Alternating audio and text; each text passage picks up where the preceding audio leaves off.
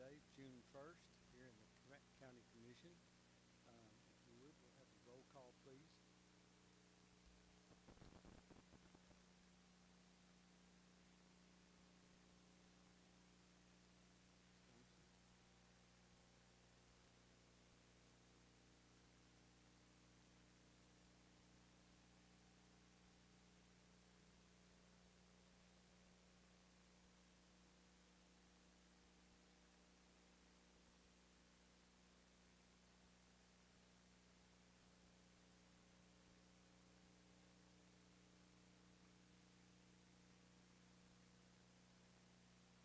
Thank you.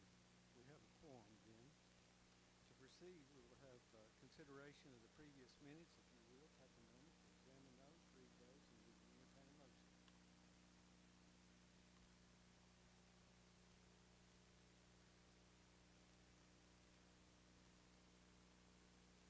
We have a motion and a second. Mr. Daniel and Mr. Goodwin. All in favor, please vote.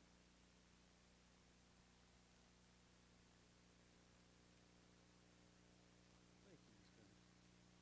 Approval of financial reports. Take a moment to look at finance, and we will have a motion after that. We have a motion by Mr. Daniel and Mr. Flanagan. All in favor of, please vote.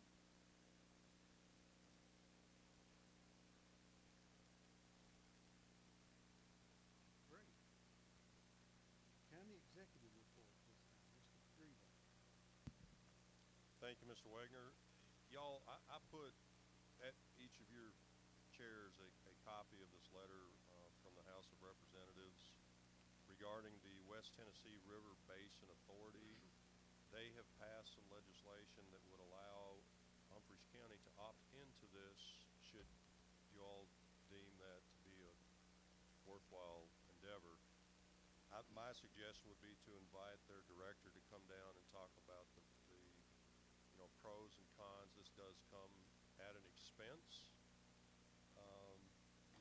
The little bit that I do know there is some benefit in that they can get in creeks and clear out debris and things that other folks wouldn't necessarily be able to do. So my suggestion would be to have them come down and just explain what this means, what they can do for us, and importantly, what the cost of joining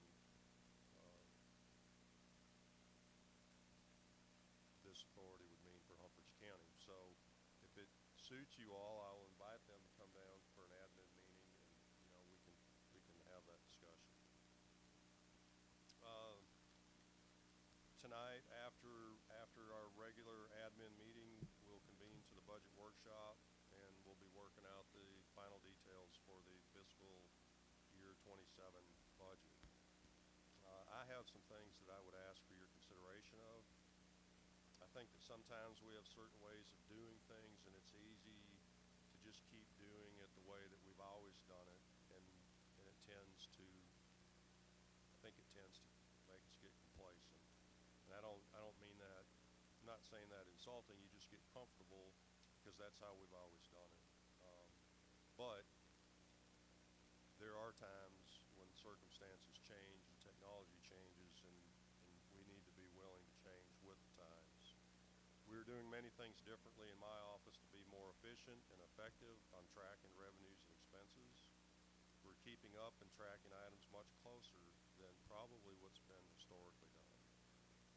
We have better means of doing this, and we're going to put in all the effort to make sure that the taxpayer funds are being used wisely and efficiently. We're going to be asking department heads for more details. That's going to be part of our effort, and all of this is, with the goal to provide you, the legislative body, with more information to help with the decision-making process.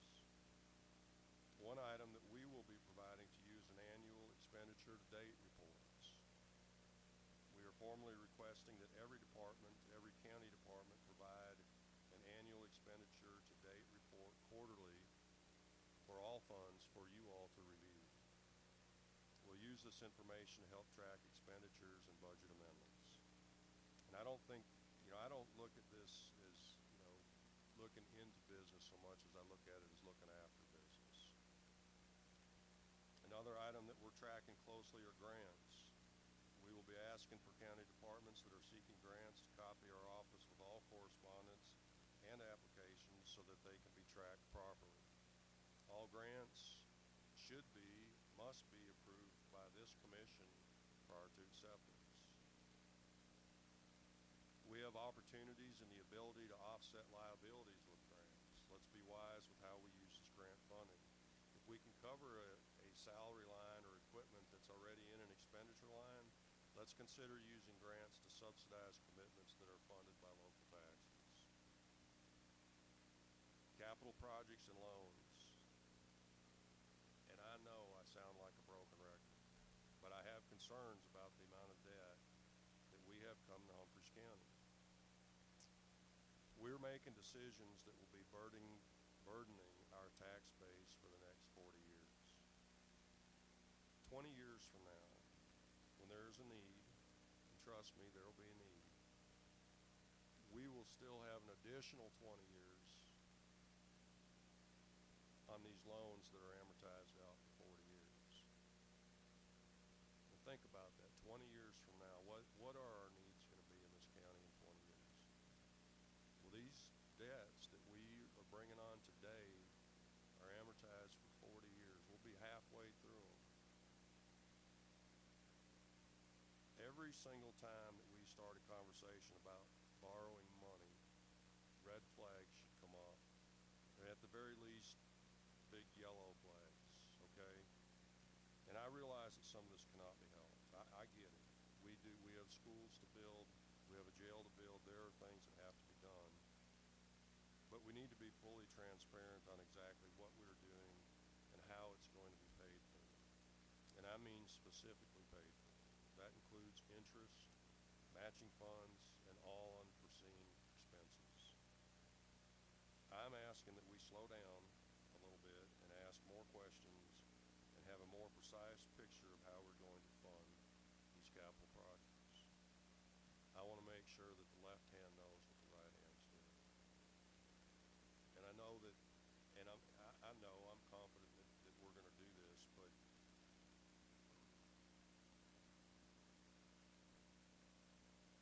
there's a lot of moving parts. There's the FEMA and the TEMA stuff and the interest payments and all of this that has to happen to make this all work. And we need to just slow down and have more conversations about what our plan is going forward and how we're going to make that work. Mr. Chairman, I'll yield the floor. Oh, excuse me, I'm sorry. If I could, we have some guests here tonight that are going to talk about soil conservation in the UT extension. And without having them sit through the entire admin meeting, I'd like to, with your permission, invite them up to speak on behalf of Soil Conservation. I'll make the newspaper. Soil Conservation, thank you. Ms. Rushton and Ms. Bradford, if y'all would come up to the microphone. They are here to just help us have a better understanding of what soil conservation does for Humphreys County. Good afternoon. First, I want to thank Mr. Pagriba for asking us to come tonight and just telling you a little bit about what we do at the Soil Conservation District. Oh, I don't like these. Now can you hear me? As I was saying, I just want to thank Mr. Pagriba for inviting us out tonight and letting us tell you a little bit about the Soil Conservation District. And I'd also like to thank the commissioners for all the hard work y'all do and put in. I have Miss Andrea Rushton here with me. She is actually the chairman of our Board of Supervisors, so she can help me when I forget something. The Soil and Water Conservation District owns and manages the Ag Center on Blue Creek Road, which most of y'all will know as the fairgrounds. We have a Board of Supervisors that is made up of 5 individuals that serve 3-year terms and are elected on a rotating basis. These 5 individuals meet monthly at the Ag Center. The district has 3 full-time employees and 1 part-time employee. Odell Porner is the district manager. Odell oversees the daily operations of the district, along with his duties as EMA director. The secretary and office manager position is also a full-time position, and we have 2 full-time positions that handles our maintenance, groundskeeping, upkeep, just general things of that nature. And then the part-time position is a cleaning position. A lady comes in on the weekends. If you're familiar with the grounds, you know we have several buildings, meeting rooms, and she makes sure those stay clean for us. The USDA, Natural Resource and Conservation Service, shares an office space at the district. We work closely with NRCS to implement best management practices through the Farm Bill and the Department of Ag. And our NRCS has 3 staff members that works out of our local field office. And some points to point out, last year, 23 Farm Bill program contracts were completed, obligating, now this is money that come in to the county, $719,984.59 on 3,667.2 acres. And we currently, this year, have 53 pre-approved applications, which is probably about triple of what we have had in the past. The TDA program was utilized to plant 552 acres of cover crops, 232 feet of stream bank protection, and 1,125 feet of cross fencing, totaling $67,390.50. And again, that's money that came into the county. NRCS also offers what they call the EWP program, the Emergency Watershed Protection. This program offers technical and financial assistance to help local communities relieve threats to life, property caused by floods, fire, windstorms, and other natural disasters that could impair the watershed. EWP does not require a disaster declaration by federal or state government for the assistance of this program to begin. However, it will not fund a project if any of the activities was done prior to the natural disaster and an agreement being signed. Some activities that can be included under the EWP program is removal of debris from stream channels, road culverts, and bridges, reshape and protect eroded stream banks, correct damaged and destroyed drainage facilities, and repair levees and structures. And as most of y'all know, the facility at the Ag Center also houses the local emergency management agency, where we also store, of course, Odell has his offices and stuff there, and we also keep his like the equipment, mobile command, the boats, and things of that nature that are used. And our guys help keep those maintained and ready to go if need be. Various local businesses and organizations use our facilities for their monthly meetings, such as the Antique Tractor Club, Ham Radio, the Humphreys County Fair Board meets monthly. And one of the big meetings is our local emergency planning committee, the LEPC, also meets monthly at the Ag Center. And that meeting normally has around 30 individuals and from various industries and agencies represented from the county. We host several events throughout the year, including our annual tree giveaway. The Household Hazardous Waste Day is at the Ag Center. We have an annual Ag Leaders Breakfast. We host conservation field days. One of our biggest events is the Humphreys County Fair that is there. We have an annual awards banquet. our outreach chili luncheon, which I know several of y'all, the banquet, the luncheon has attended. We encourage you to come out and share that with us. And I guess, Miss Andrea. You got it covered in a nutshell. That's it. So if you have any questions, I will try to answer some tonight, but if not, I would encourage you to call the district, come out, set up an appointment, come visit us, see what we do, look at our buildings. And if not, thank you for letting us be here tonight and just give you a quick summary of what we do. We certainly appreciate you coming in and talking to us. Do you all have any specific questions? Thank you, Ms. Bradford, for your detailed summary. It was very well put together. Thank you. I appreciate it. Thank you. Moral support.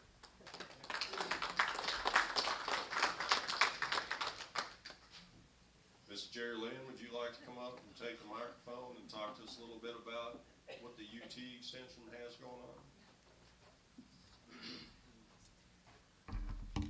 Yes, thank you for asking me to be here tonight. I'm Jerry Lynn Sims with the UT Extension Office. Our office is just right down the street, the little brick house just next to the Sheriff's Department. I tell everybody we share the parking lot with the Sheriff's Department, so you can't hardly miss us. You ask what we're doing. It's summertime. We are camp. Kids everywhere in our office right now, and we love it that way. I myself, we have 4 staff members, or 4 agents in the office, and Jennifer Stewart is our administrative assistant, so there's 5 of us total in there. My role is to work with the adults in agriculture education. We have 2 4-H agents who work primarily with just the youth of the county, and right now we are currently searching for our new FCS agent, who is our family consumer science that works with families and those kind of things, food nutrition, those kind of aspects of education that we can impart from the university. I just pulled some numbers from last year. Of course, we have a reporting system that we report to, so I just quickly pulled the numbers from 2025.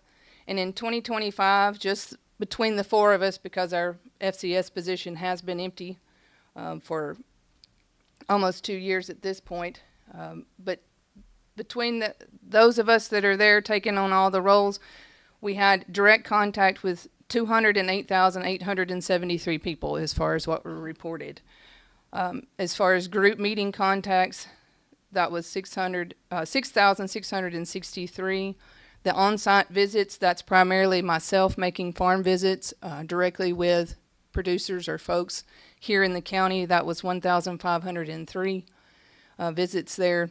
Our volunteers, we do have a lot of volunteers that work with us that help us accomplish a lot of things, especially on the 4-H side, because, you know, we can only be so smart about so many things, so we have to rely on those that know more than us to help us get things done. But our volunteer time, last year, hours for our volunteers totaled 2,044 hours. So we try to make use of our resources in the community as well as our resources from the university to bring knowledge and education to the folks of the county and help them and answer questions that they might have. Any questions that you might have for us about what we do in our office?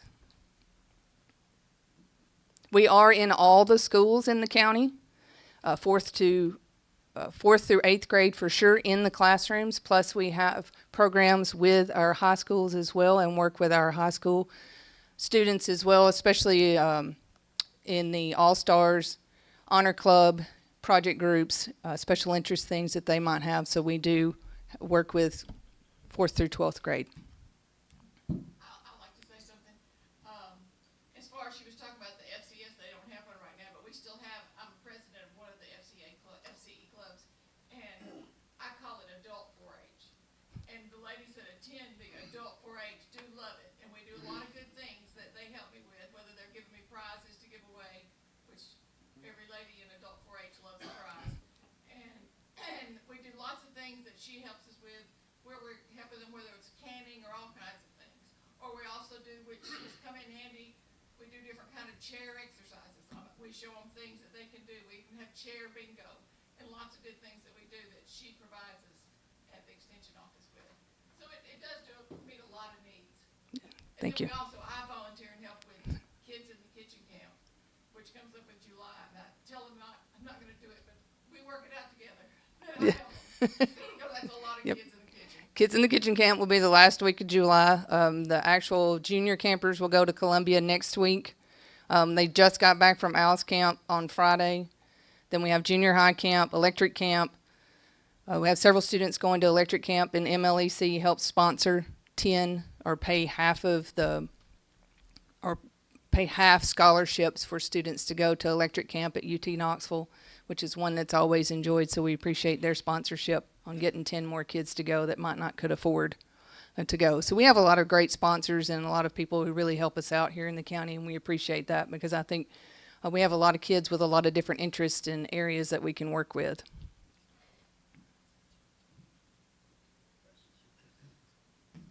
Thank you very much for being here this evening. We appreciate y'all coming in and just giving us the highlights of what you do. We appreciate it. Thank you. Yeah, thank you. Mr. Chairman, I yield the floor. Thank you, Mr. Pagriba. If there's no other business, we will move to citizens petitions and grievances. We have one gentleman signed up, Mr. Dan Cox from the First District.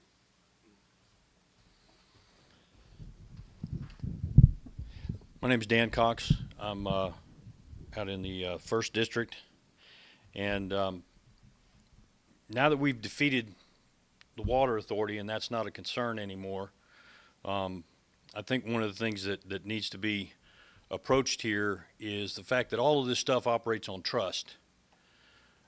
There's been a lot of things said back and forth, and I'm going to take those as being directed at me because I don't speak for anybody else, but the fact that there's been things said specifically that I've said things that were untrue.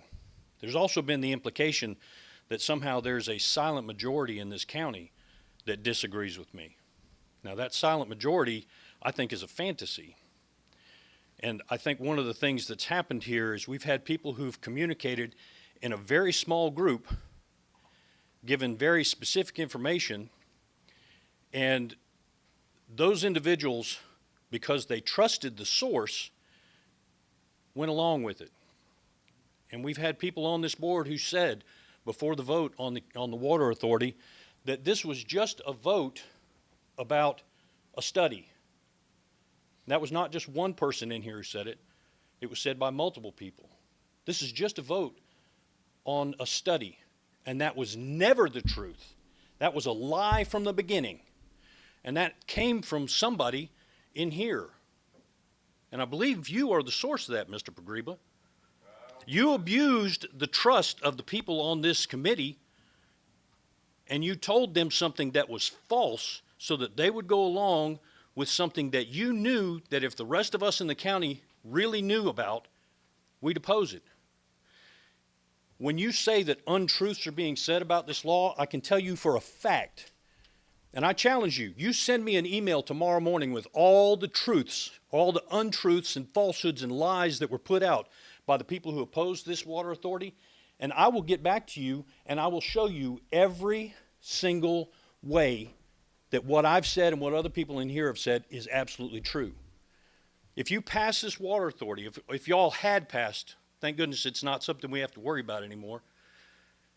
If y'all had passed that Water Authority, then we would have a 5-member committee that could hire their own executive at a salary that they decided, and that 5-member committee would not answer to y'all at all.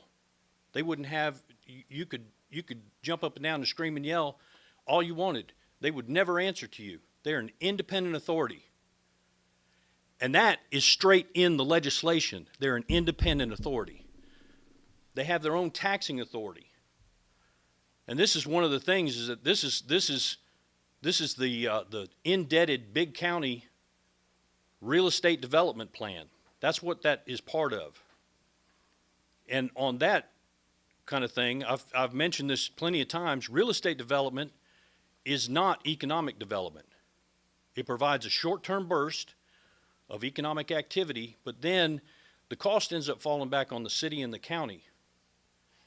and I don't know if y'all took any look into this, if you did any research, but for every new person that comes in and buys a new house that was previously unoccupied, for every $1,000 of new tax revenue that they bring in, they demand $1,250 of government services. So there's no way to catch up on that. If every single new person that's coming in on a house that's being built is costing the county an extra $250,000, how are you going to make that up? You can't. What we need to do is we need to figure out ways to do economic development with what is already in Humphreys County. And there are plenty of resources here. We just heard from some really good resources that could give us some great directions to move in to really build Humphreys County into something where we don't have to bow down to what all the other economic development models say. I mean, unless y'all want to be Dixon County, I don't see any benefit to it. I don't like Dixon County, you know, and they're not stopping. Dixon County has $40 million in debt right now. The counties that I came from, there's not a single one of them that has less than $200 million in debt, and they're constantly passing new taxes. Sales tax here, sales tax there. If we're not going to figure out a way, and I say we, you know, if we're not going to figure out a way to do something where we can start taking some of the costs that are on the county and put them into private enterprise, we're going to be behind on this all the way along. And one of the other things that I want to mention too is when the school board comes up here to y'all and starts talking about that they need more money, I was not aware of this, and I don't know, maybe all of y'all are aware of this, but the school board has a budget of about $44 million. So when they come and they ask y'all for more money, I think the appropriate question would be is, how did you spend all the rest of that money, and why are you coming to us? $8 million is what the county, right, somewhere around there, Mr. McGreeva, $8 million. That's what the county is on the hook for, and every single time that their maintenance of effort is increased, that's a burden that this county doesn't really have the means to maintain. Anyway, thank you for your time.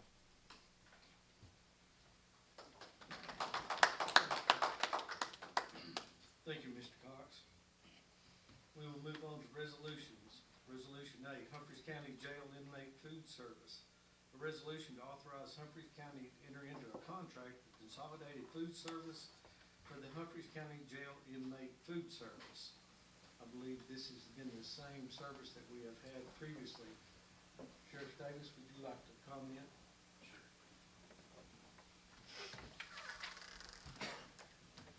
We had a recent bid opening on this issue. We had, I think there was 3 proposals. This service, Consolidated, actually come in at a lower cost than they have been doing for us, even with the expectation of maybe going up in the future on inmates. So this would be the best cost. I believe it's going to come in. They done it on, you do it on a per meal kind of thing with a sliding scale of if it actually goes down when the inmates go up. So it's to be able to sit here and say it's an actual exact figure, I cannot do that, but it is gonna go up down if we go up on population. If that makes sense. Are there any questions for Sheriff Davis? We have a motion by Mr. Daniel. Mr. Coleman? Sheriff, this projection, how does this relate to this year's budget? The overall, like I said, the overall amount of it, I believe, is actually going to go down. It's right now they're coming in at $2.13 a meal, and that's going to, like I said, depends totally on that population. If we go up in population, the price per meal, I think the next category goes from 100 to 109, then 110. It'll actually go down to $2.05 a meal. So But it is a slight decrease, if I remember correctly. Correct me on that if I'm wrong, Mr. Griever, from last year's information. Thank you, Sheriff. Any other discussion? We have a motion by Mr. Daniel.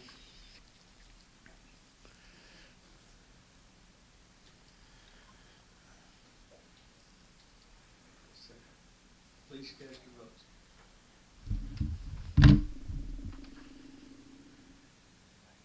You have 13 yes. Thank you, Ms. Gunderson. Motion is approved. Resolution B, Humphreys County Jail Inmate Medical Service Contract. Please stay where you are, Sheriff Davis. Absolutely. Just for you, sir. Resolution to authorize Humphreys County to enter a contract with Southern Health Partners for Humphreys County Jail Inmate Medical Services. Please. Yes, sir. This is also an item that went out for bids. One bid come back, the current contractor come back with this. It is going to be a slight, I believe it was a 2% increase. They gave us 3 opportunities or 3 selections. I would love to go with the third selection. It's going to be able to give us the 7-day-a-week nurse. However, in getting to being able to get through the budget and maintain what we're doing this year without doing a tax increase, I think it would be best for us to stay with where we're at with a slight 2% increase and go with the, I believe it was the 202,554, the first solution in your packet. And that's just because that well, this is one of those things that we never have a really true prediction on. Our inmates are currently, and it's statistically getting more sick every year. We having more of these hospital stays and more outside source. Calm some of that, and then that's somewhere that we are going to have to go in the future. But for the time being, I think we need to hold where we're at with that that 2% increase. Thank you. Any questions, Sheriff Davis? Now, one of the things, if I may, forgive me, you'll see that the budgeted amount is a little different than that base price on that. And here again, statistically, if you're looking for what we've paid out through the years, what the part that's been requested in the budget has been predicting some of those ongoing medical expenses that we have. We're trying to stay truer numbers, so that's what we elected to go with, if I'm not mistaken. Mr. Daniel, you had a question? Well, I had one for the sheriff, but he kind of answered that on,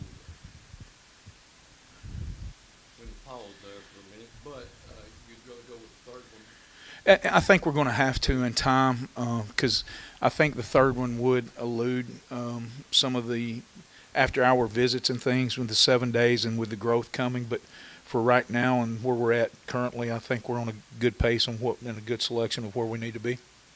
Good deal. Thank you. Yes, sir.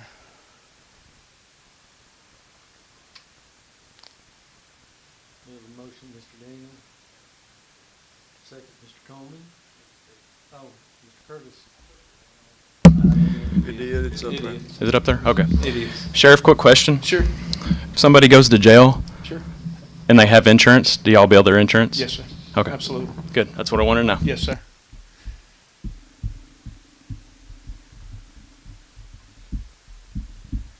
Please cast your votes.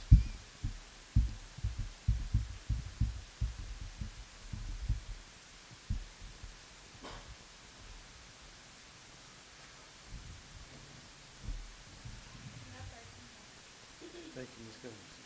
Motion passes. Resolution C, Sheriff's Office surplus property, a resolution to authorize declaring certain property owned by the vehicle property as surplus and authorizing the trade as the same. This is a 2011 F-750 truck. Correct. Yes, sir. This is a vehicle that we got. It's we have zero money in this vehicle.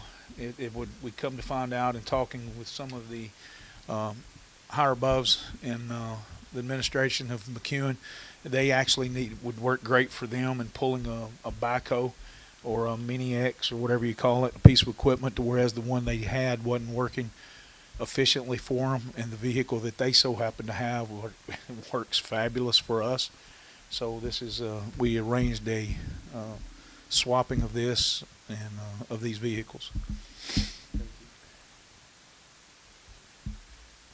Mr. Daniel.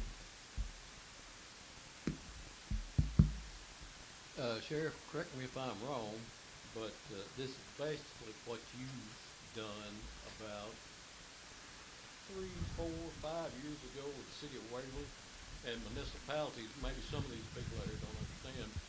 Municipalities can do that together.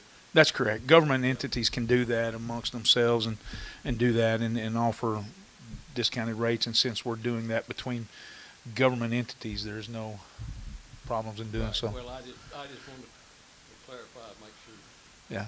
Again, notice that I there's, knew, but I just want to make sure that everybody else knew what's going on. again, I draw attention to there's no cost in this that we as a county have. You like to say that, no doubt. Absolutely no.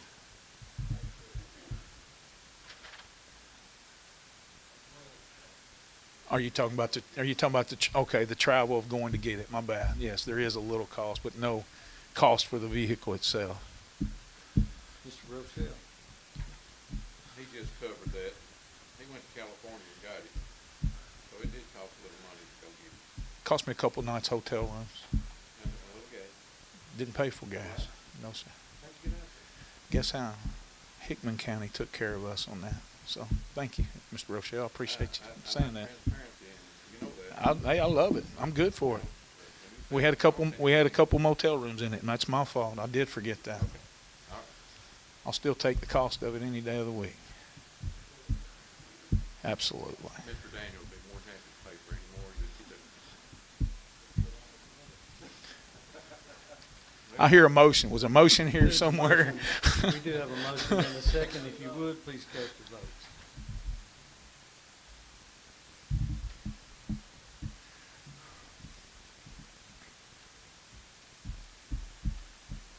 You have 13 yes.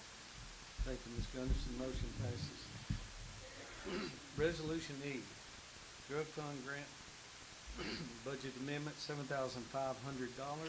A resolution to amend the, Mr. Chairman, we have Resolution D. oh, I'm sorry, did I Yes. skip one? Yes, sir. Thank you. Yeah, you're welcome. I knew Mr. Rochelle would catch that. Yes, $147,800 resolution to amend the 2025-26 budget. Now, this is gonna take a little bit of reading, if you would, just bear with me a moment, because we're just basically moving some line items. Account 54-110, the Sheriff's Department is decreased $17,400 to line item 119. Account 54-110, Sheriff's Department increased $17,400, line item 106, entitled Deputies. Account 54-110, entitled Sheriff's Department, decreased $1,400 at line item 189 for salary and wages. Account 54-110, Sheriff's Department, increased $1,400 at line item 140 for salary supplement. Account 54-110, Sheriff's Department, is decreased $14,500 to line item 189, other salary and wages. Account 54-110, Sheriff's Department, increased $14,500 at line item 187, entitled overtime. Account 54-110, Sheriff's Department, decreased $500 at line item 119, accountants and bookkeeping. Account 54-110, Sheriff's Department, increased $500, line item 187 in overtime. Account 54-210, entitled jails, decreased $6,000 at line item 160, guards. 54-210, entitled jails, increased $6,000 at line item 187, overtime pay. Account 39,000 unassigned is decreased by 30,000. Account 54-110, the Sheriff's Department has increased 30,000 at line item 425, entitled gasoline. Account 39,000, entitled unassigned, is decreased 78,000. Account 54-210, 210 entitled Jail is increased 78,000, line item 340 entitled Medical and Dental.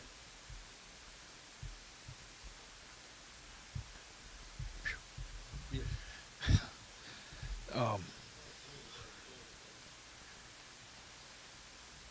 Did everybody get that? That's a lot of resolution. Main thing or the best thing about any of this and talking about this is there's no new money. No. This is line items going in and transferring line items in between line items to account for things like people leaving the agency that's having comp time, vacation time. It's things like going back to the explosion when we spent an astronomical amount of overtime during that investigation, and some of it's just cleanup and going into that. But these are all salary line items.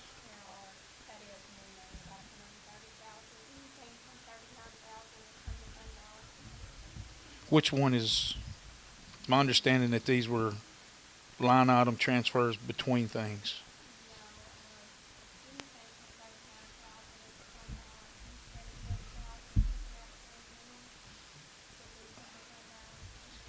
Okay,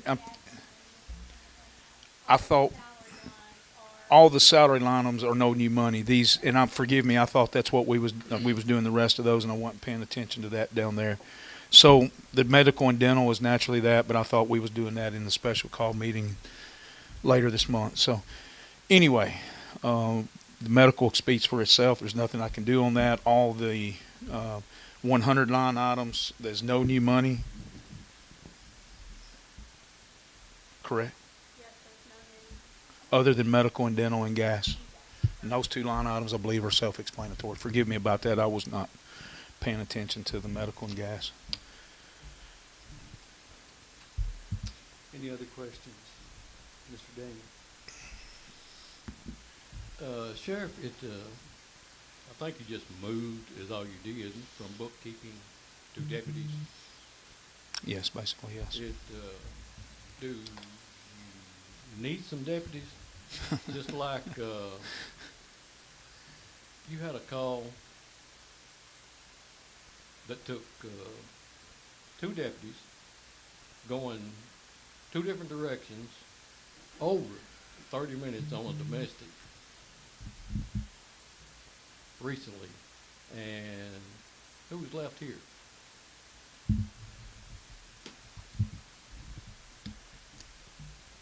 Mr. Daniel, we're constantly doing things that Oh, I know, and I appreciate it. that I could talk about every day as far as where we need manpower and staff, the way of funding that, and is the trigger point. And we're going to address some staffing issues upcoming. I think that's going to hopefully look at being addressed. I know we're going to have to address it on the correction side whenever our new facility opens.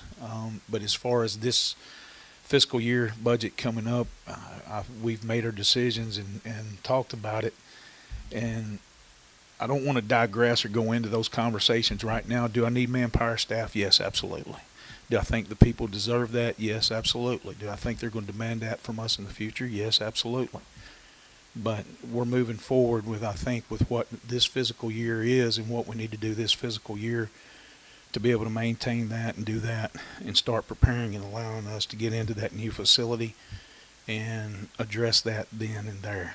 And I think that's the best way to respond to that.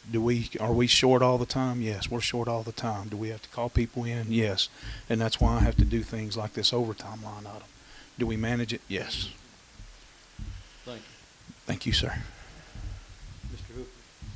Thank you, Mr. Chairman.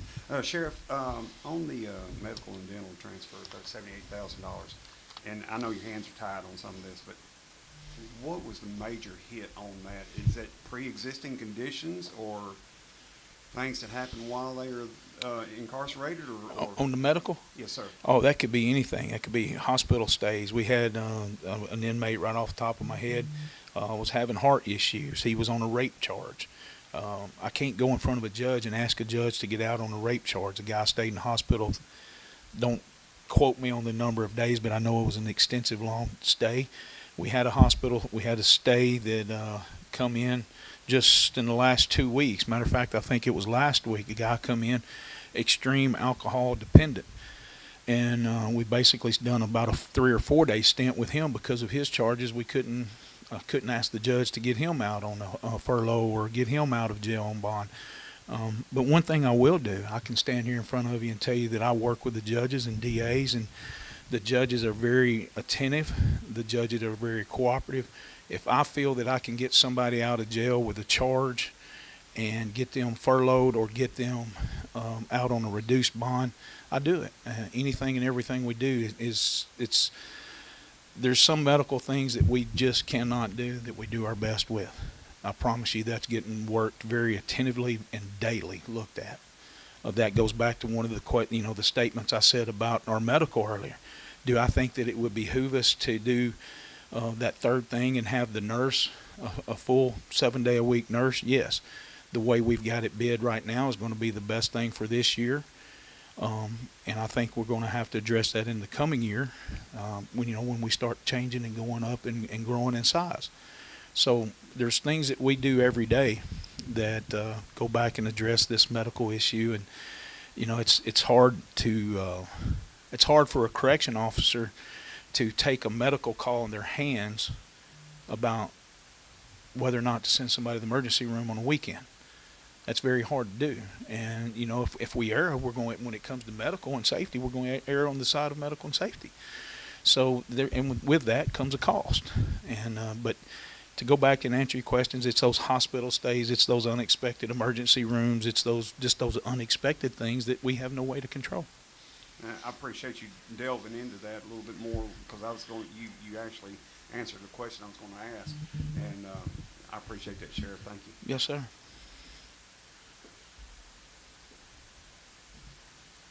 Any other questions, Sheriff Davis? We have a motion and a second. You may vote.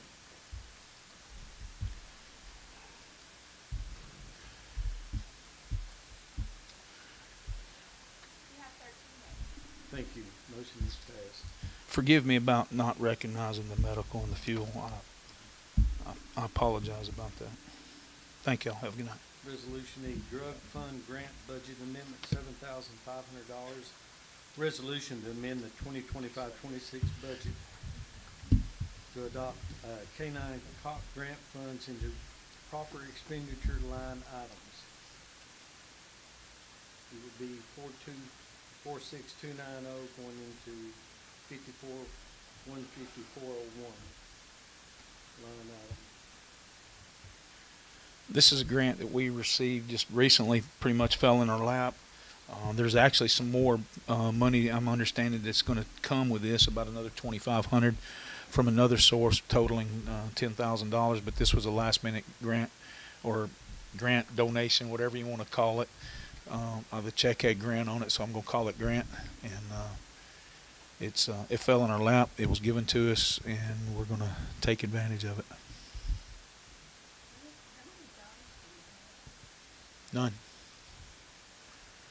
This is actually going to be a replacement to the one that got killed, 3 years ago, Chief?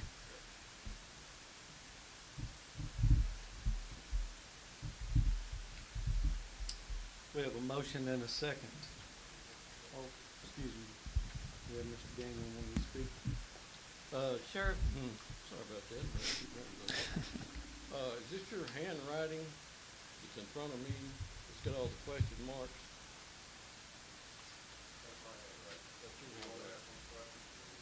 Well, I would just want to see where we was at, if it's something that we're gonna have to spend money or what we're gonna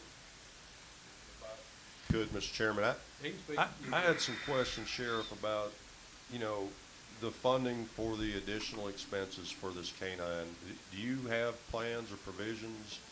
Because we know that there's veterinary expenses and training and handlers and Absolutely. program startup and all that goes with it. Absolutely. Absolutely. And you're referring to these line items down here, or these questions down here. All that, every bit of that would be able to come out of the drug fund, which is a non-tax dollar line item. What does LB mean? Oh, that was the legislative body. Yeah.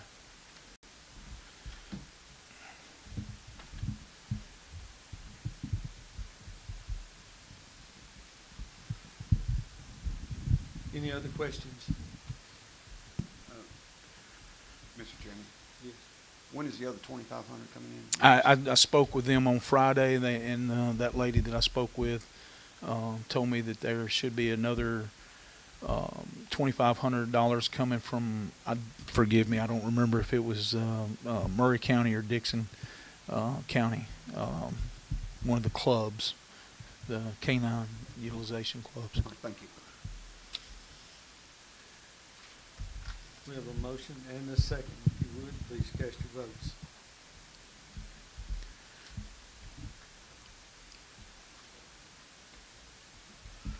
You have 13 yes. Thank you. Motion is approved. Resolution F, School Board Budget Amendment, $127,386.12. Resolution to authorize budget amendments in the general purpose school fund. Dr. Lennon. Yes, sir. Thank you, Mr. Wagner. Yes, sir. This was, for lack of better words, good planning. Then the state changed the rules on us. Last year, in our last year's fiscal budget, we budgeted summer learning camp because it's become a recurring thing. You know, we're going to have it. We know we were going to receive the grant. So we went ahead and budgeted it and put it as revenue. The state changed the rules on summer learning camp marginally. If you look at the right-hand side where it says LCT, we're transferring all the money out of LCT because the state, we used to get a summer learning camp grant and a transportation grant, two separate pots. This year, it's all coming as one fund. So to keep it all organized inside of our budget, we're putting it all in one sub-fund, SLC. So moving that around. Also, as we staffed it, you never know when you hire teachers or aides what exact line item they'll come out of if they're a special education assistant versus a gen ed assistant. So this is cleaning all that up. This is no new money per se. This is the state's grant for summer learning camp. The portion of it we had to fix. This is already budgeted funds that we're moving around, $116,871.12 on decreases and increases to net zero. On the back, that was the first one. The back are two that we're just fixing to clean up our budget. We'll have a whole nother set for you later this month. But on the back is reducing speech pathologists, increasing the teacher line item in special education, $8,000. And then in 141, support service health services, we had an increase in sub-nurses. We had a nurse that had a long-term leave, so that increased our sub-nurse line. So we decreased several lines there to cover the sub-nurse, and we went over $15 in supplies and materials. So to correct that.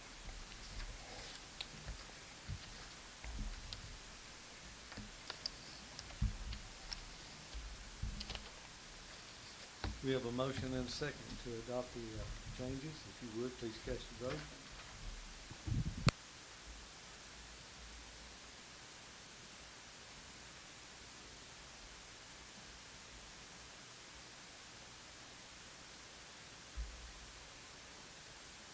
Thank you.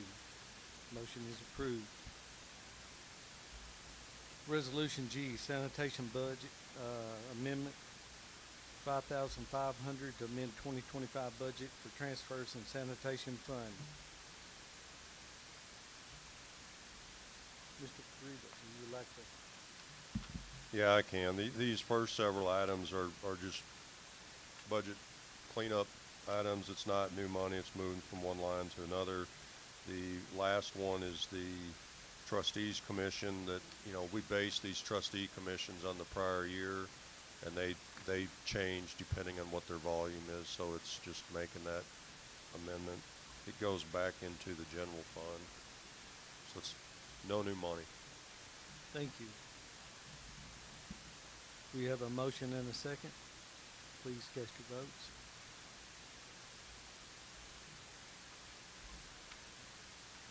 Thank you. Resolution H, general budget fund amendment, 33,000, 2025 budget, general fund to reconcile budget with trustee commission. Mr. Chairman, this is the same Yes. thing. This is and it appears to be new money. It's coming out of 39,000, but recognize that it's getting deposited back in to the general fund as a trustees commission. Thank you. Thank you. We have a motion and a second. Mr. Daniel, Ms. Rupert, please cast your votes.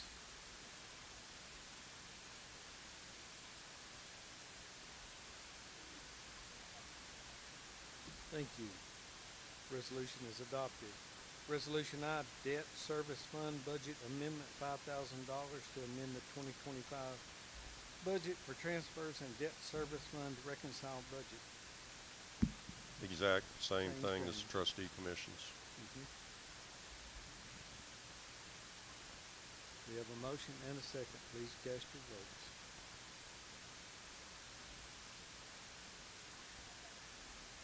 Thank you. Resolution J, Homeland Security Grant, $16,339.30. Resolution authorizing Humphreys County to accept a grant and funds to enter into a contract with the State of Tennessee Department of the Military, Tennessee Emergency Management Agency for the fiscal year 2025 Homeland Security Grant Division.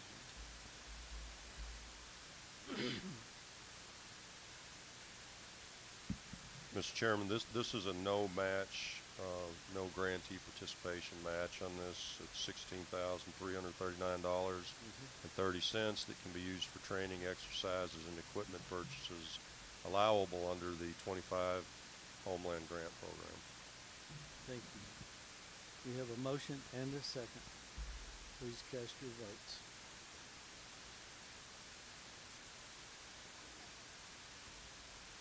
Thank you. Resolution is adopted. Resolution K, Emergency Management Performance Grant, $27,483. Resolution authorizing Humphreys County to accept grant funds and enter into a contract with the State of Tennessee Department of Humphreys County accept grant funds, with the Department of Military, Emergency Management Agency, Federal Fiscal Year 2025 Homeland Security Grant Program. Mr. Chairman, you will note that this grant does require a grantee match. It's a 50-50 grant. We've historically done this. This kind of is what I alluded to earlier. We can utilize this to offset tax basis to support our EMA program. Thank you. Yes. We have a motion and a second. Please cast your votes.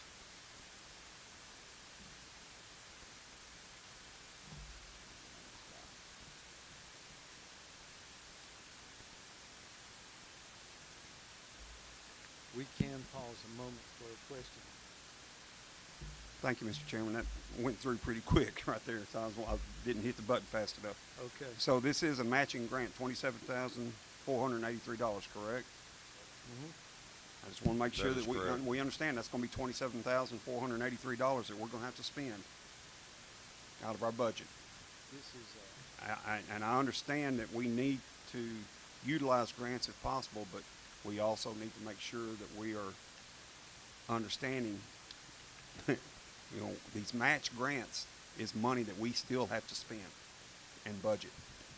So the idea, if I could, Mr. Chairman, Yeah, you know, the difference is how we utilize it. If we utilize it to offset the tax base, then it's a good thing, right? If we go out and buy something that we don't necessarily need, it's not a good thing. So that's why it's critical that we manage grants like this and make sure that we're using it to offset. So this, let's just say a salary. If we have a salary that's $55,000, we're gonna pay that $55,000 with taxpayer funds. We can utilize this grant that would pay for half of that same salary. I understand what you're saying, Mr. McGreevy, but on the other hand, on the flip side of that coin, we need to also be very cautious about spending that extra money. 100%, yes, sir. And, let's say we needed to hire somebody, it might be something we just have to look at and say, we don't need to be doing this. Maybe this is something we need to hold on just about. I mean, we're millions of dollars in debt, folks. Just like what you said in your opening statements, Mr. McGreevy, in your executive report. We're looking at 40 years of amortization, and we are going to be hurting. So we do need to look at this. And I'm not saying I'm not going to be for it, but I mean, whenever we're having to match these grants, that's money out of our pocket.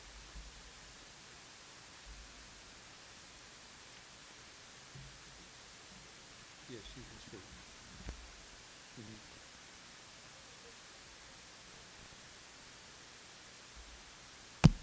EMA is gonna spend that money regardless already. They're gonna spend that money every year. So if we don't accept this grant, we're leaving $27,000 on the table. Because we know EMA is gonna spend $27,000 next year. Okay, thank you for saying that, Ms. Gunderson, but, once again, maybe EMA needs to say, maybe we don't need to spend that money.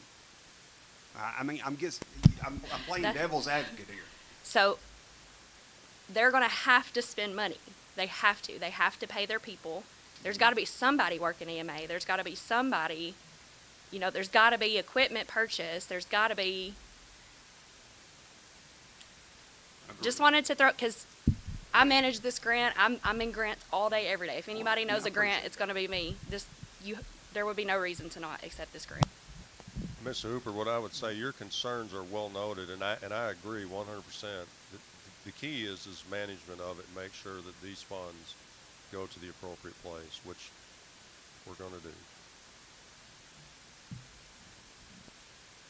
With no other conversation, I will tell the commissioners at this point, you have an opportunity to change your vote at this point before the voting is tallied if you wish to. You have an opportunity. With that, I'll ask Ms. Gunderson, tally the votes. Okay, thank you. It is approved.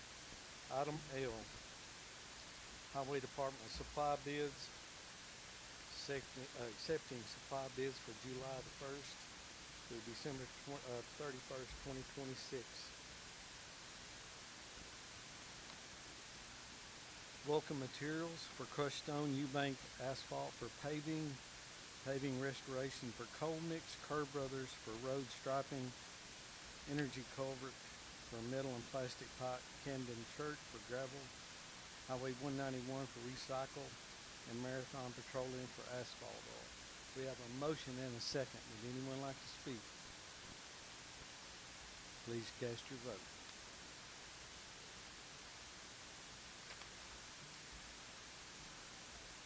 Thank you. Item is approved. Resolution M, Library Board appointments. A resolution authorizing 2 appointments for the Public Library Board ending June the 30th, 2029. Mr. Pagriba. Thank you, Mr. Chairman. We have 2 kind folks that are willing to serve another term, Mr. Terry Coleman and Ms. Janice Brazel. Would be my recommendation to accept their willingness to serve another term. Thank you. Thank you. We have a motion and a second. With no other discussion, please cast your votes.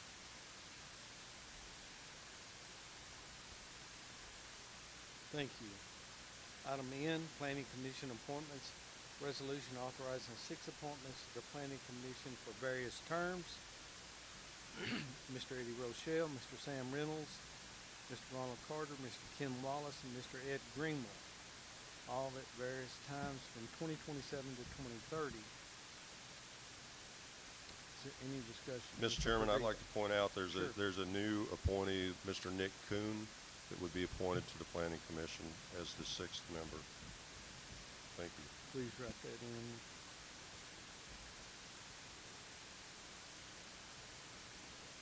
We have a motion and a second. Please cast your votes.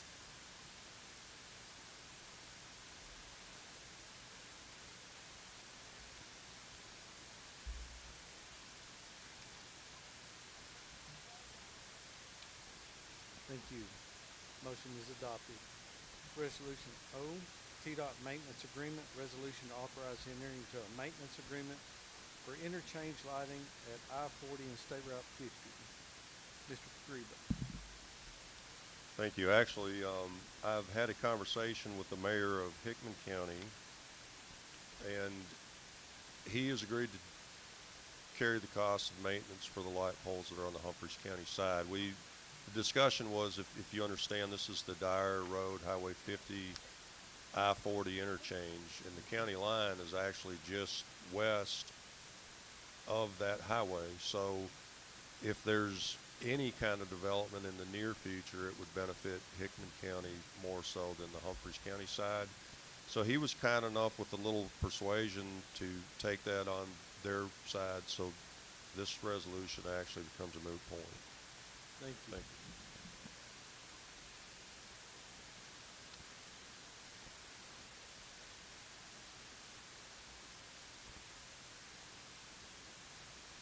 We can rescind the motion.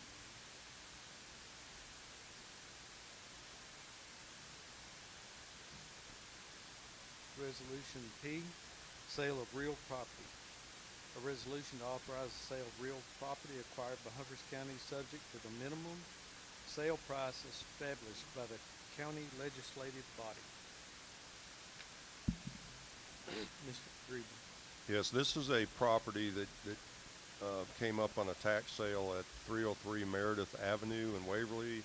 It sits entirely in the floodplain. We had an individual that was hoping to buy it, and as it turned out, it did not go through on the date of sale. They've expressed interest in making this purchase. It doesn't make sense for the county to own a little lot down here in town and not receive anything for it or the tax base. So if we can determine what the acceptable sales price would be, my recommendation would be to sell it to someone that can put it to use and pay taxes. It's a small lot. There is a dilapidated, flooded structure that at some point in time is going to need to be cleaned up and removed. I know that as of a week ago, I think the sales price that the county could legally sell this for would be $3,652.31. So if this body wants to set a sales price that they deem fit, would be happy to pursue options for the sale of it. Thank you. Discussion. Excuse me.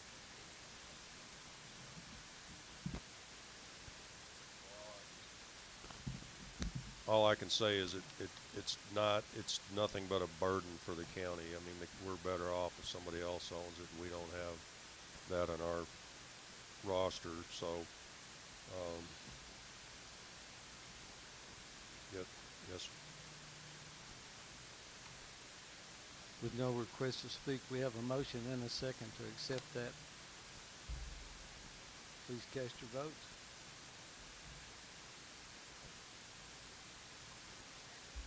Thank you.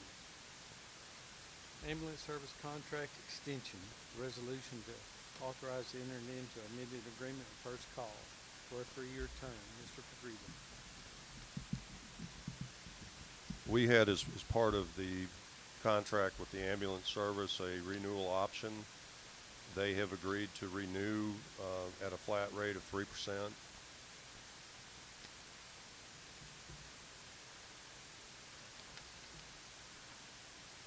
Which the original agreement was that they had a renewal option of 2% plus the consumer price index adjustment, which would be considerably higher than a 3% flat rate. So, my opinion, it's reasonable, and it would make sense to renew for another option with First Call.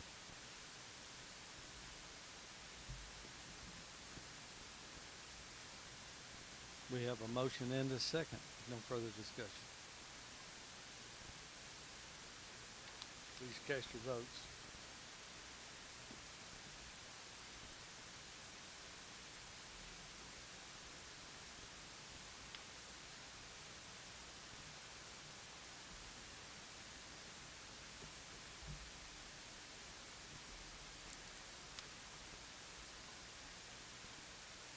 Thank you, Ms. Anderson. Resolution is adopted. New business, county budget workshop. I believe we should take a short recess of 10 minutes and recess back in 20 after. Is that 25 after? Oh, we have a request to speak, Mr. Daniel. Yeah, I told you to pay attention. Yeah. Before we close out and go to our workshop, Mr. Greba had asked about somebody coming from the House of Representatives on this. Would you like to give it? Would you like, yeah, it's listed. It's all around us. You want consensus, let's go ahead. That'd be fine. If you all want to, if you want someone, I would recommend Mr. Blackwood from the actual, Maybe next admin. West Tennessee, if we can get him there. I'll get him here at the earliest admin with y'all's agreement on such. Is anyone opposed to that? That'd be the easy way to do it. Okay, I'll line it up. Hey, we'll stand recess to 25 after where we reconvene in budget workshop. Thank everyone for being here, and please stay for the budget workshop.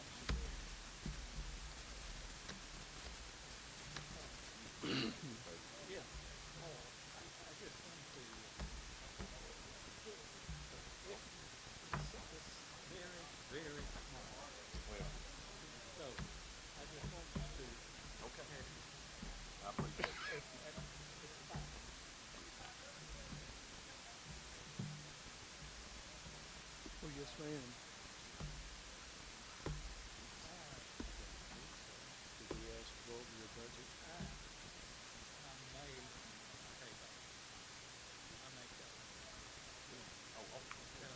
Yeah, hang on. Is Ms. Sims supposed to stay for our budget review?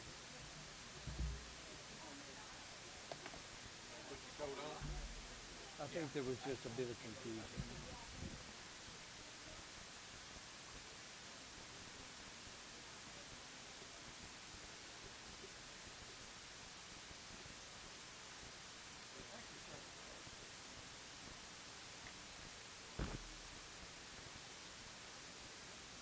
Okay. You be careful. Thank you. Thank you. Going with him. We're gonna stop. We're gonna stop at the bar. We're gonna stop at the bar.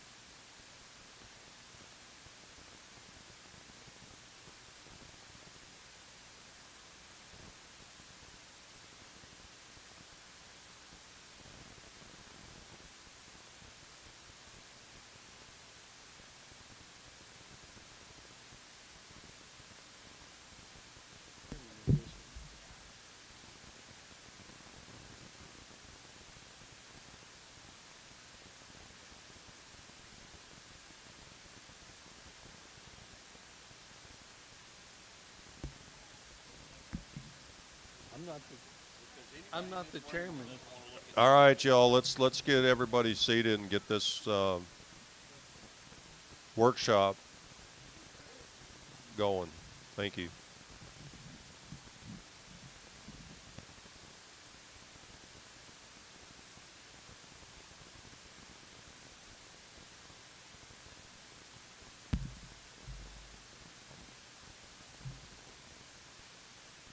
So everybody should have a copy of our full budget, and I'm happy to, you know, back up and any questions that you have. There's a couple pointed things that we need to certainly have a conversation about. Revenues.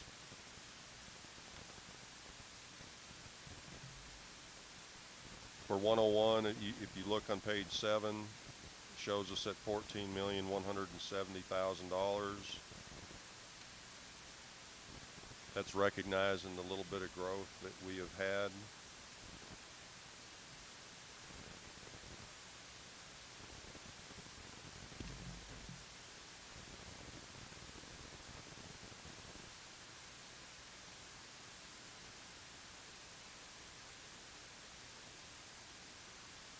Before you ask, it does include the TVA impact payment as a revenue in there.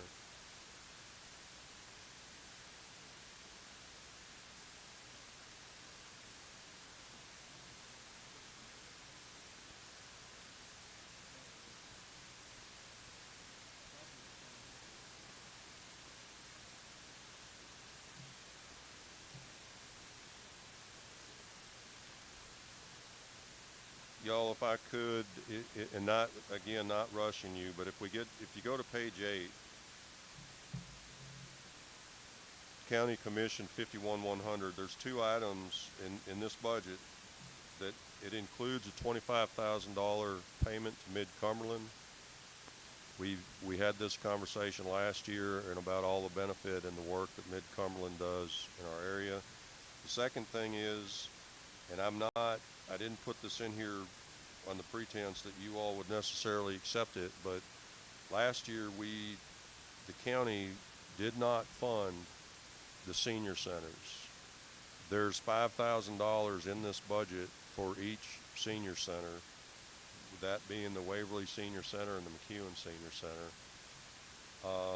They were funded last year on a personal level by some generous people. That's not something that we could necessarily count on year after year. And these seniors are not folks that in my opinion, that we should let down. Those senior centers do an awful lot of good for an awful lot of people in our county. So, but this is your decision. I have it in the budget. Page 8. And this is line 312 under County Commission. Yep.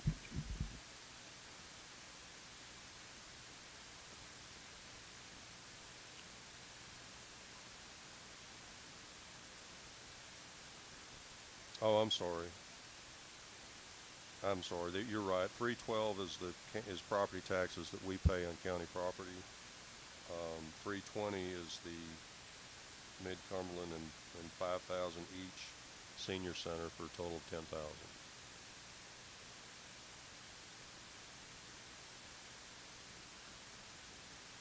Yeah, there's some other incidentals in there.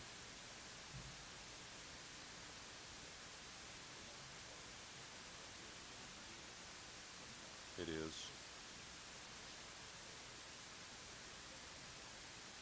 My recommendation, I don't think that we should not fund our senior centers. I think they do so much good in the community. Actually end up saving tax dollars in the long run just for people that can age in place. Mr. Pagreba, Yes, line 312 back up there on that one. yes, sir.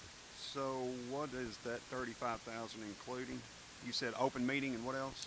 No, that line is actually for taxes that the county, so we have properties in the county that we pay taxes.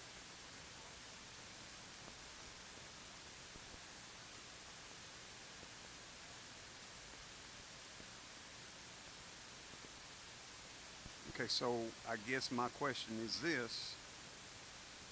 What's the big discrepancy? I mean, we're showing $8,155 through June of '26, but yet we're budgeting $35,000 for next year?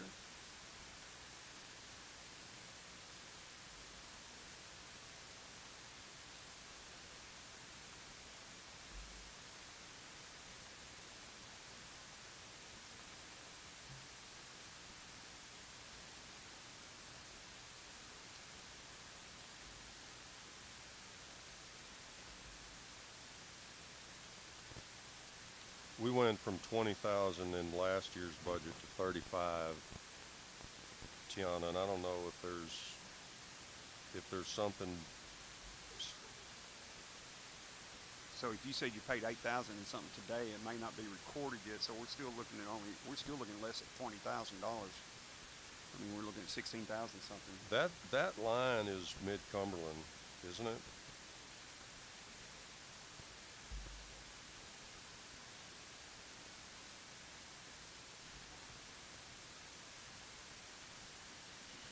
I believe that.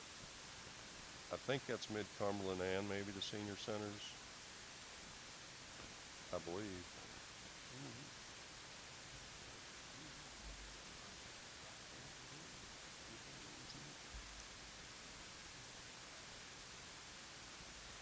Yes. Do what?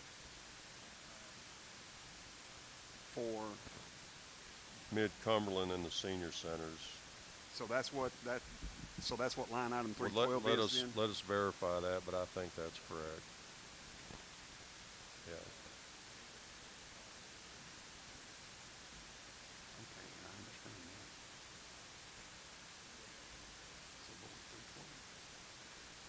312? And then I think that the dues and memberships is what has the, well, dues memberships to all the associations and the county taxes.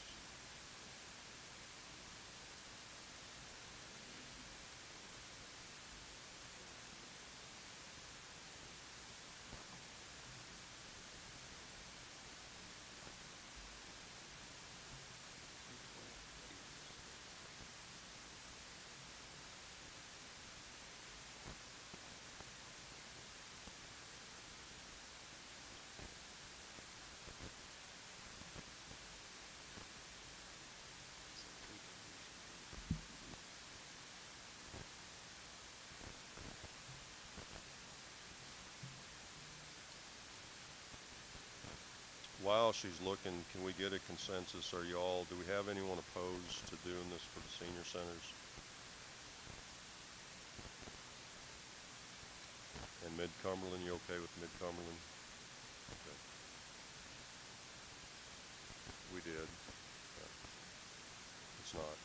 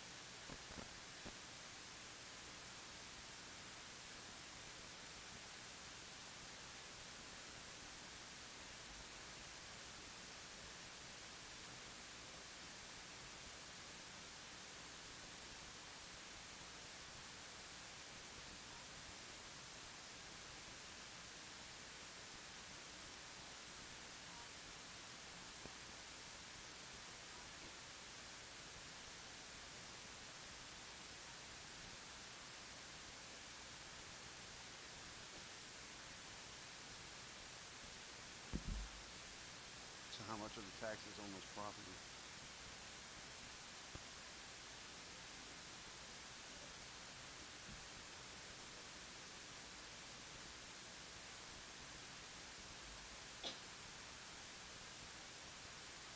The good news is, who do we pay the taxes to? Okay, well, that's good then. But you still have to budget for it. Mr. McGreevin, if I may, I'm Yes. still confused though between 312 and 320. So 312, once again, estimated and budgeted through June of 26 is $8,155, but yet we're requesting $35,000 for this next year. And I understand you said you just, Miss Austin, you said you paid a $8,000 something bill here just recently. It may not be posted that. That was, so we're looking at $8,100 through June of 26, but yet we're budgeting $35,000.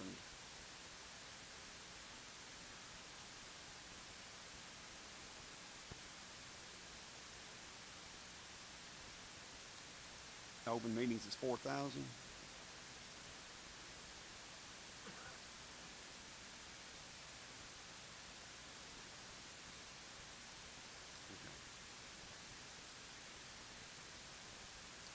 Well, I would question that because our last year's budget was 41,200 and we're at 45,000 this year.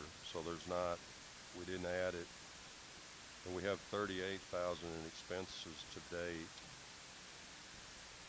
So I'm guessing that the seniors are not in that line.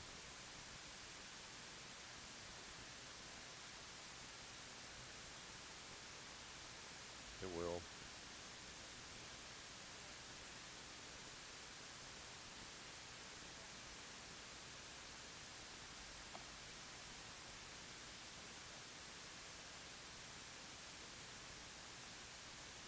So if I can, for clarification, in line 312, we have the seniors, we have the property taxes that the county has to budget for county-owned properties, and open meetings.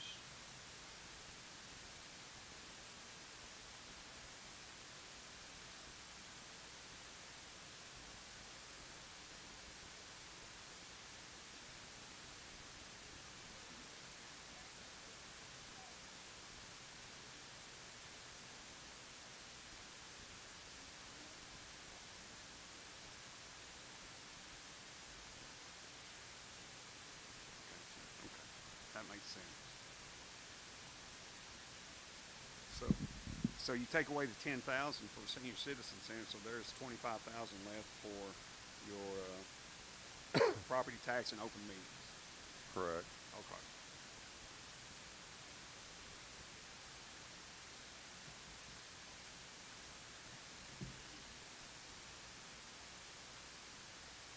And you've already spent basically 16,000 or so far this year. I know it's showing 8,100, but like you said, out of 8,000, so 16. So that's not a stretch for it to be.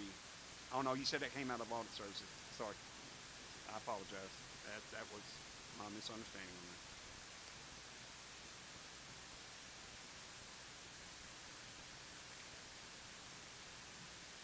Okay, I'm flipping quickly because I'm going to find where I've got notes, but if y'all see something that you want to talk about, I don't think there's any changes from anything that we've previously discussed until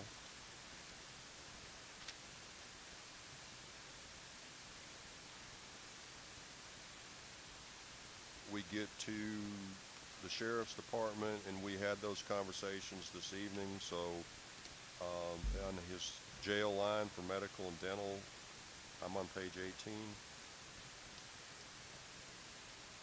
Yes.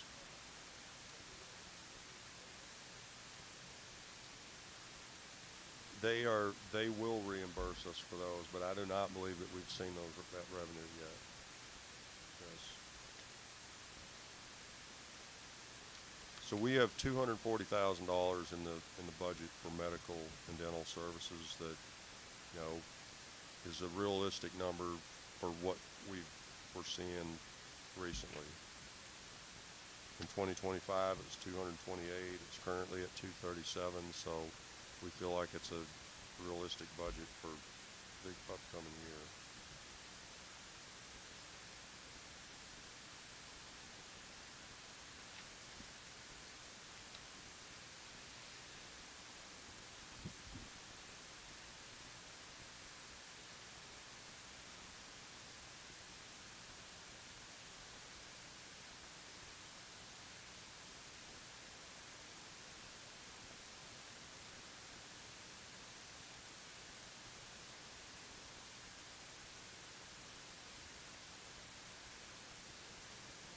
And I don't mind sharing, you know, we, after the last budget meeting, you know, it came down to now how do we divvy out the penny? So when I go down through the line items, you know, with property tax on the county side of it, we're just slightly up from where we were last year. You know, the penny's different. The net value of the penny's different, but we're about even across the board. The county 101 fund is just up a couple $100,000. Solid waste is up $40,000. The fire department is even. The highway department is even. The schools went up with the 50,000. Was it 50,000 on property tax? Debt service actually went down a little bit, and then the capital projects 171 went down a little bit to make up for those line items. So that's kind of how the penny value is anticipated to be broken out. We do have a structurally balanced budget.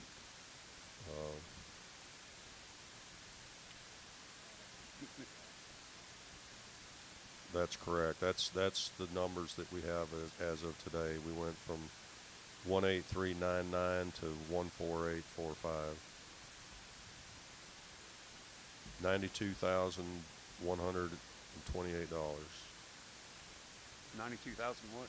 Well, excuse me. Net value is $92,135.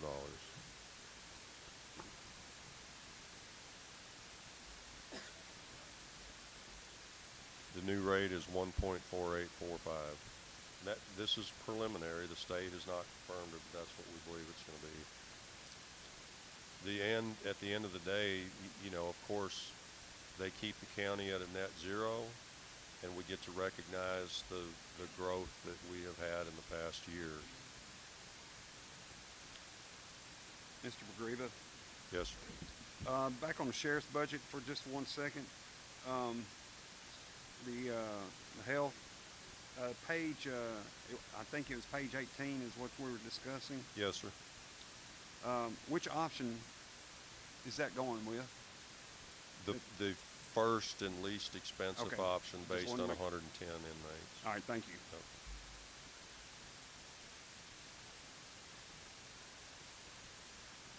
And you'll notice some things in our budgets. We're doing a much better job at tracking all grants and all expenditures. So you'll see all these lines that have the different subtitles, the grant subtitles. That's just for tracking purposes. I want you to note inspection and regulation. We have cut considerable expense out of that budget. That is EMA. This is page 19.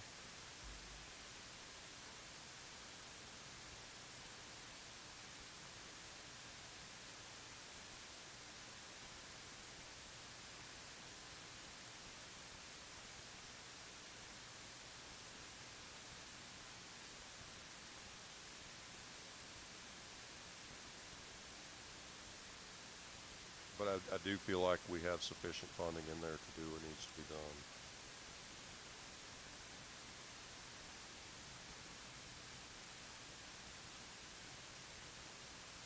Correct. That including the $35,000 grant on the last line. When is that grant that we discussed earlier going to come into play? Is that when we approve this budget amendment, it could be put in a line? And that's another 55,000, right? Correct, but if you think about it, we can offset one of these expenditure lines or several expenditure lines that are already in the budget. Yeah.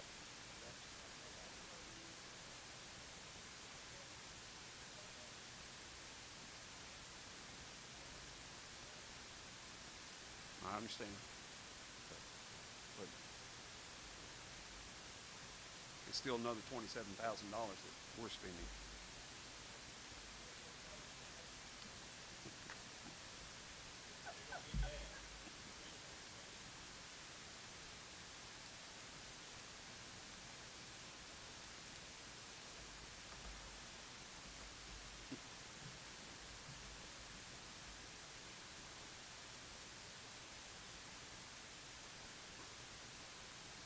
if you look on page 21, and some of you have been around a lot longer than I have, and I'm curious on the litter grant, for example, because we have a funding amount of $44,200. This has kind of grown up to $65,515, and I don't know, historically, has it? I mean, obviously it has in the last few years. It did last year and it did the year before, but I wonder sometimes, and this is not against anybody, by the way, but you know, sometimes we start things with, well, it's free money, if you will. Not that there's any such thing as free money, because there's not. But it's outside funding that comes to our county, and we take on a program, and then it grows. And next thing you know, the county is funding it. I'm still, and I look for ways that we can be more efficient, because I do feel like when it comes to taxes that there are a lot of people that are struggling. Not everyone has the same opportunities and blessings that others do, and there are a lot of folks who are struggling right now. And I question some of that, and some of y'all have been around here a lot longer than I have, so.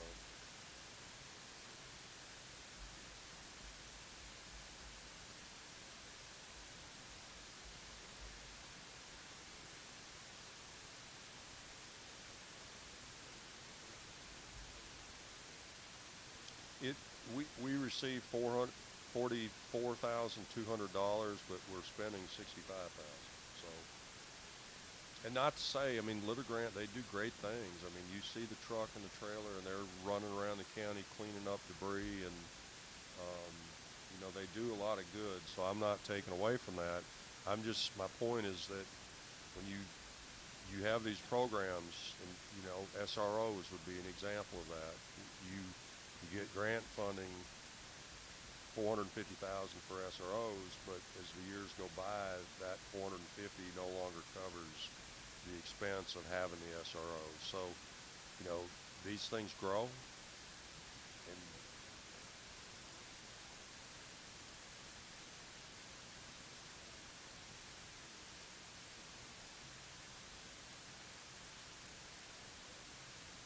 no, sir, we spend about 21. Yeah. Correct.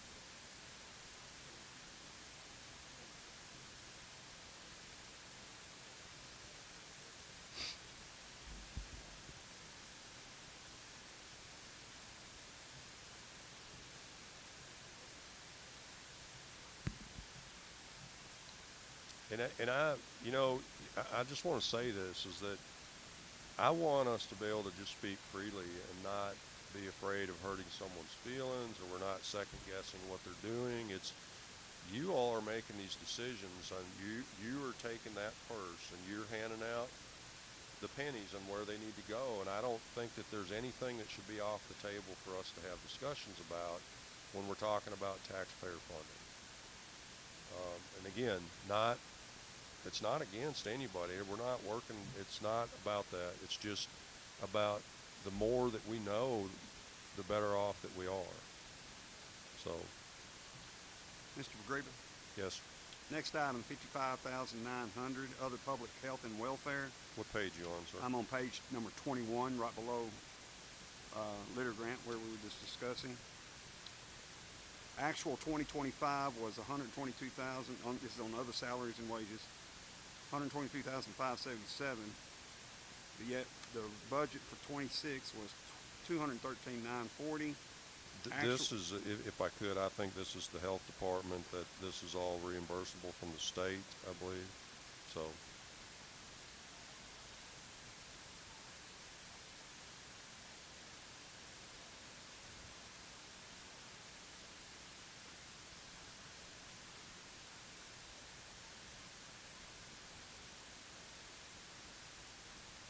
But still, we're budgeting $215,000, where we're having to balance a budget for that extra almost $100,000. This is all reimbursed by the state. This is,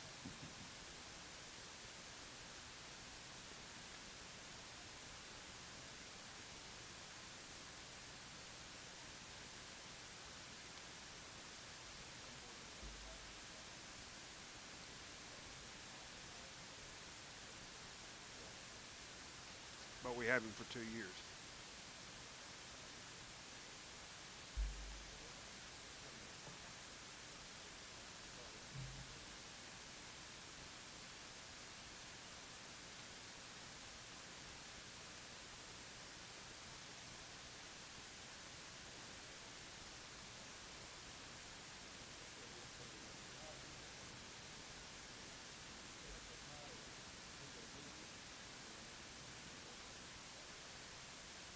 But does this not still count on the bottom line?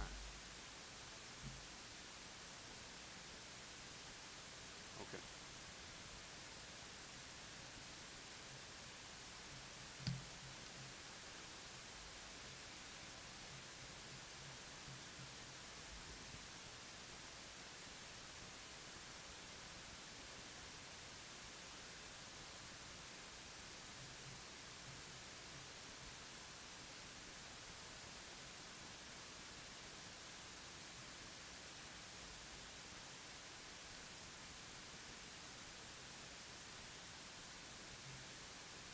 be, is it 46,300 health and welfare grants?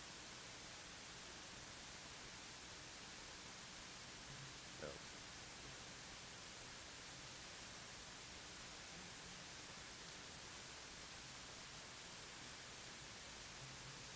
If y'all go to page 26, you can see the total expenditures for 101.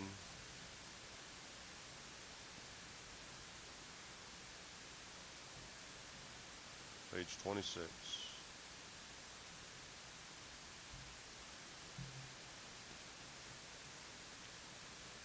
If you remember, that's the expenditures, $14,076,477, and if you remember the revenue, we're at $14,171,010. So that shows you how tight this budget is.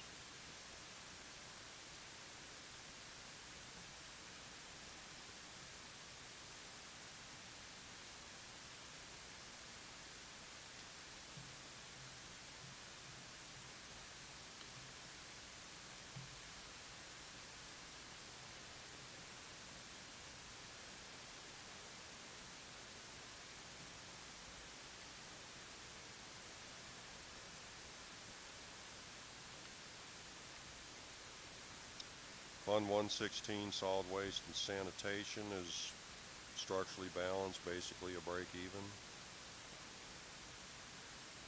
That's jumping to page 30 and 31.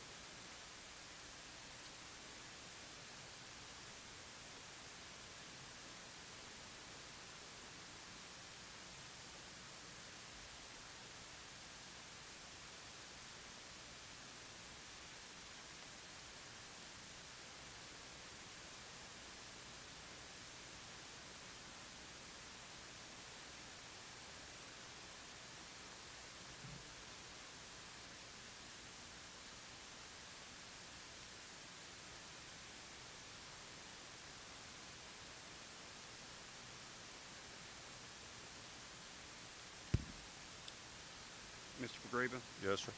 page 23 under tourism. And I can't remember, I don't have my old notes with me here. Line item number 58-110-399, other contracted services,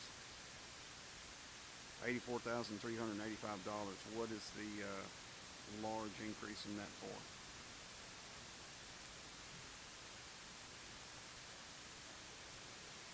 Alyssa, you might need to help me out on that one. This is, grant funding for the county. $75,000, I think.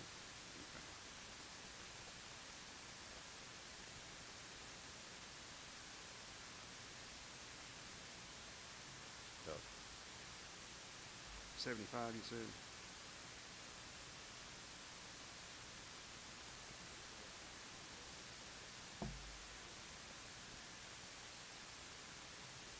Thank you.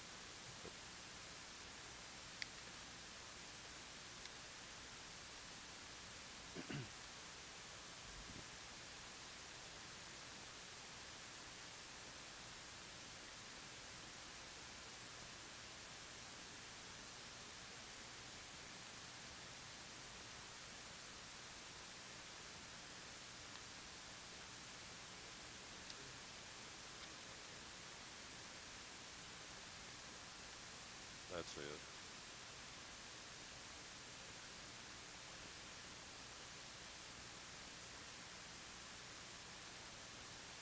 Well, that would be a way to look at it, yes, sir.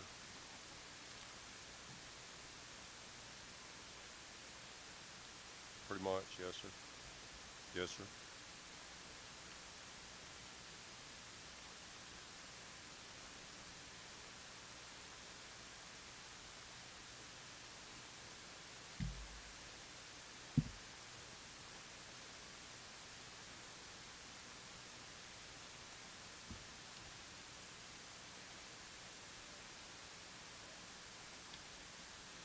Fire department's putting a little bit in savings, but I do know that they're gonna be coming to you at some point in the near future hoping to buy a truck.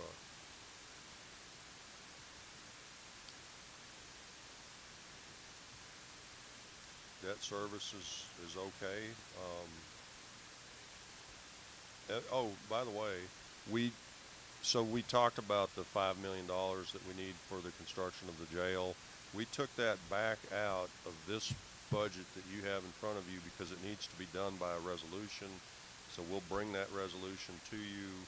We'll pass it via resolution, then it'll be put back in this budget. So.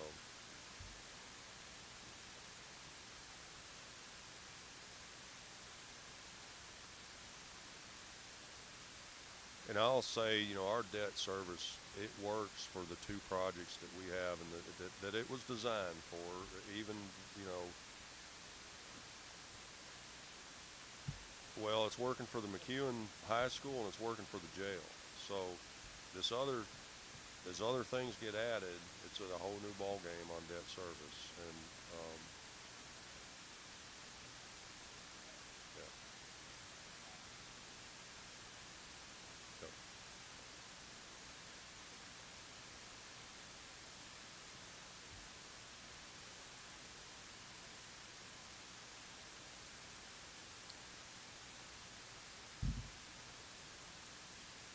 So we can, that $2 million for design on the schools that matures in August, we can do a refunding loan on that, but the other interest payments that are due are not allowed to be added to the refunding loan.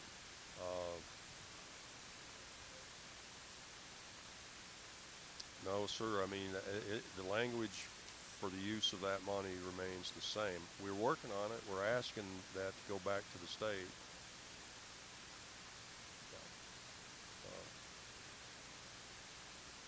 Well, I'll tell you, it would be great to use it as a revolving line of credit and make draws against it for construction and then turn that in for reimbursement and use it for the construction of the schools. You could still use it in the intent that it was provided as last dollar spent, but it would allow us to use it for construction. I don't know if they'll let us do that. That's what we're working on getting done. I'll be honest with you, and this, in my opinion, I think these interest payments should just come out of fund balance and pay them, and let's continue pursuing this reimbursement. We have $133,000 that's due in July. We have $88,000 that's due in February, and we have $78,000 that's due in February. So that's 3 different interest payments, less than $300,000. With the fund balance that we have, I can't imagine why we would want to go out and borrow money to service interest at this point. So for budgetary purposes, we don't have to do anything tonight, but you all, if you kindly remember this, and as these payments come due, they would just do a budget amendment and pay them. And when I say fund balance, I'm talking about, these are school projects, I'm talking about school fund balance. And you know that's not going to be popular, but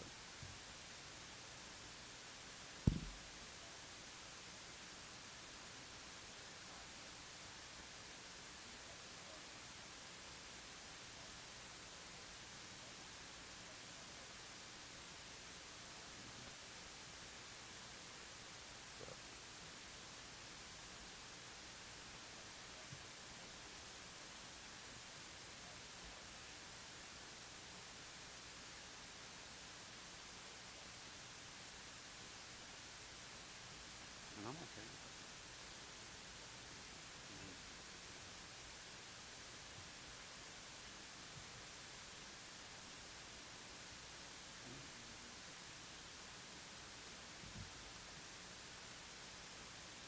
And that's okay. So, right.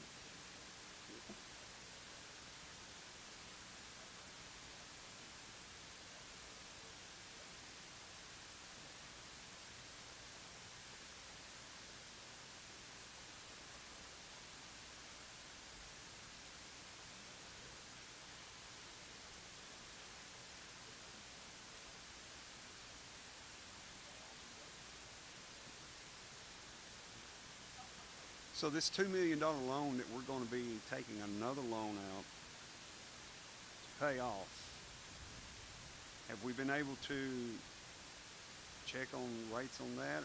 And how is this going to transpire? And once again, I'm going to ask again, you know, you have said this many times, Mr. Bagriba, you know, borrowing money to pay off a loan. Not in 100% agreement with it, but I mean, apparently that's the way we're going to be going. So how are we going to go about that, and what kind of rate are we going to be able to get on that? so that currently is at 5.25%. This is it started out as $2 million. What's due in August is $2,108,000. So this would reset for probably another 2-year loan. If you remember, this was funding that was borrowed for the design of the new schools. Right. And you know, when we did this, and you correct me if I'm wrong, I was led to understand that this money has already been obligated from FEMA for startup and design, that this was approved to do. And so they've spent the money on design and are seeking reimbursement. So FEMA has said that they'll reimburse this and interest on it, but as far as look, FEMA's probably said a lot of things, and I'm not saying, I mean, we're so in bed with FEMA, it's eye-opening, and things happen every day, and I can't say enough that we need to be very cautious with what we're doing, because things change, and they can change overnight. So, you know, we have to be mindful of every dollar that's spent. This could come out of fund balance, but I'll let you sell that. And Mr. Graba, I agree. I wish that somebody would be able to convince me how it's better for us to not take this money out of fund balance and pay that off, rather than spending that extra interest that we're having to have to pay to get another loan to pay a loan. If this was on the tail end of this project, and we did it at the highway department, when they were at the end of their work, we were we had a choice. Are we gonna go out and borrow more money to pay back borrowed money, or do we bite the bullet and pull it out of fund balance? They bit the bullet and pulled it out of fund balance and paid it. And we have been reimbursed 100% on everything that was obligated at that time. But they still have projects out there that FEMA has not obligated, which means, you know, FEMA said go ahead and do the work. We're good for it. Just go ahead and finish it, which is what happened. And they finished the work because the bids didn't meet the budget, and we're all aware of that. They still, to this date, have not obligated those funds, which means that we're waiting for that reimbursement. It's about $2 million if we could get refunded on every dollar. So, you know, this stuff is sometimes years in the making. I mean, it's been 5 years since we had the flood, and look where we are now. You know, we're still not reimbursed from the work that was done on the temporary school. Okay, let me play devil's advocate here for a second. So we go out and take a $2 million loan to pay off a $2 million loan. 2 years down the road, what are we gonna do then? Are we gonna increase taxes? Are we gonna take that money out of the fund balance to pay then? Are we gonna get another $2 million loan to pay that $2 million loan? I'm just being straightforward. Yeah, we're talking about at a minimum, I think we could easily say this is a $60 million project, but the other number that gets thrown out is $80 million. So is this, you know, and I'll say this, and I said it before, I think that we've gone far enough that we shouldn't have a $20 million swag on this budget. I mean, this has gone on long enough. We should know within reason what the cost of this project's going to be. Tighter than 20 million, I agree with you on that. You know, 20 million's a heck of a wag, so. It can, yeah. I mean, obviously, especially with things with what's going on with Iran and the price, but it's not approved. We don't have approval to move forward. Yeah.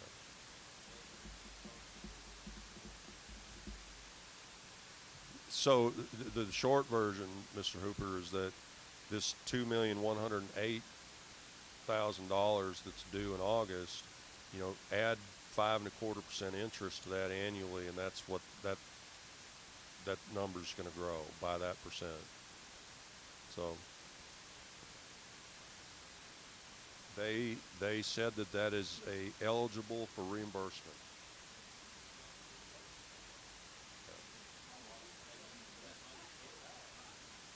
It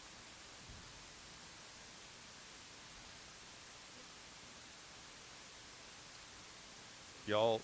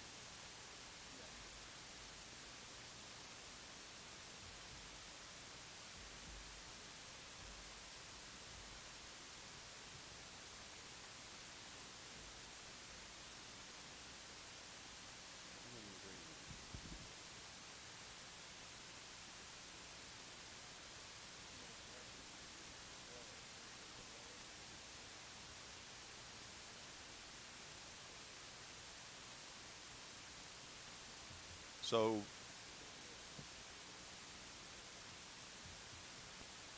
do we have, let's circle back on the schools, because that's going to be where we finish, I think. But is there any other questions on our budget? The last one, I think, Buffalo Waste that we've not talked about is, you know, again, we're structurally balanced, but you know, their revenues are not what they need to be either.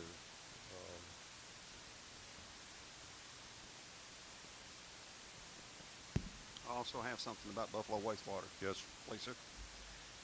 Okay, so, we went through all this whole thing about the, water authority and, got shot down, thankfully as far as my opinion is concerned.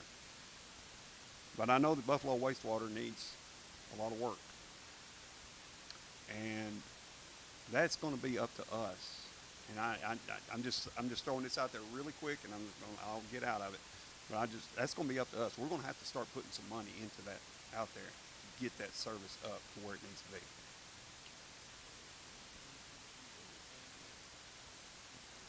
Can we not? There's no way that we can do anything about that. Any infrastructure at all, nothing.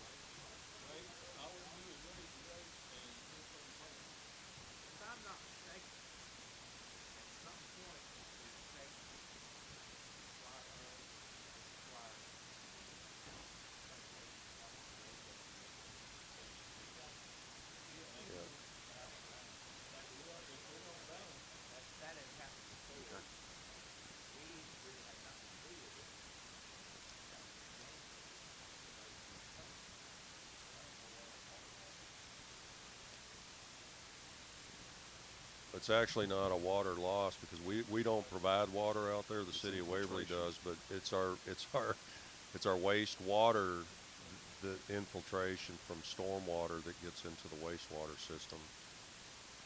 We've been working diligently, and it's ongoing. I mean, we can't fix everything at one time because every dollar that you spend has to be depreciated out of the customer base.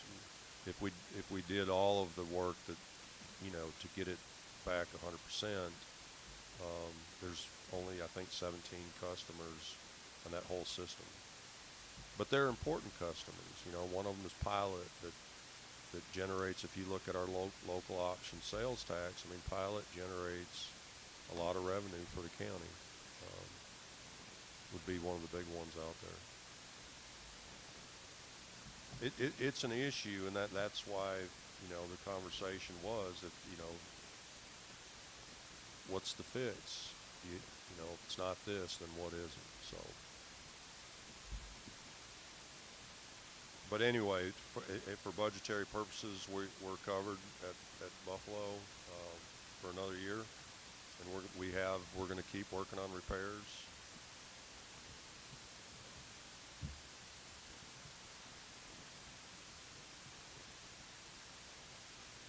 Any other questions on 101? Let's finish the conversation on the schools while it's fresh in everyone's mind. I'm getting the consensus that at least these interest payments that they will not allow us to put on the bond, that we're going to ask them to pay for that out of fund balance as they come due. The $2 million that's due in August, what's your wishes? We can 14.6.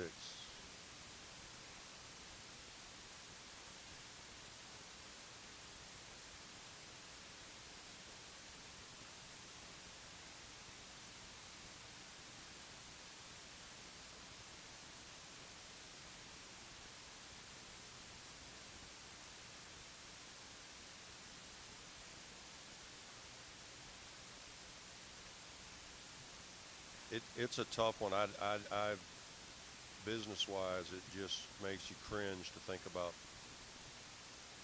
making a credit card payment with a credit card, if you will.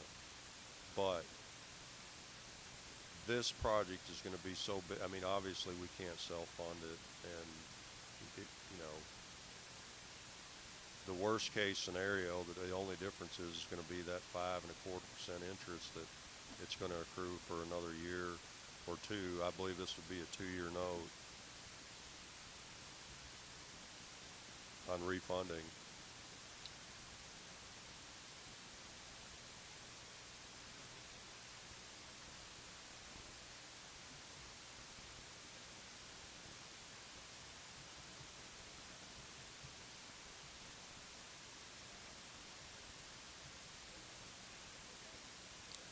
It's $105,000 a year in interest, what we'll pay on this $2 million.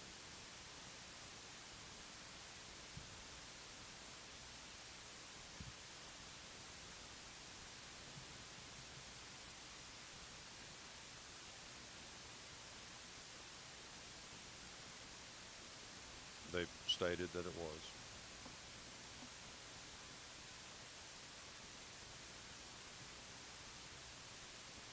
I do need to move on this though, because this will have to be done prior to the August, maturity date, so this would need to be brought to you all in the July meeting, so it's gonna take time to do it.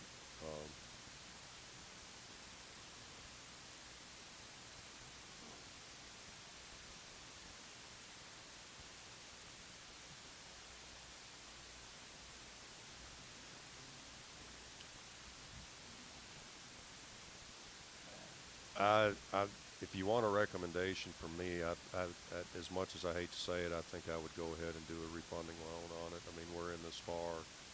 In a year's time, we should have a much better picture of where we are and where this project is going. But I don't vote on this, you all do, so you let me know what you want to do and I'll do it.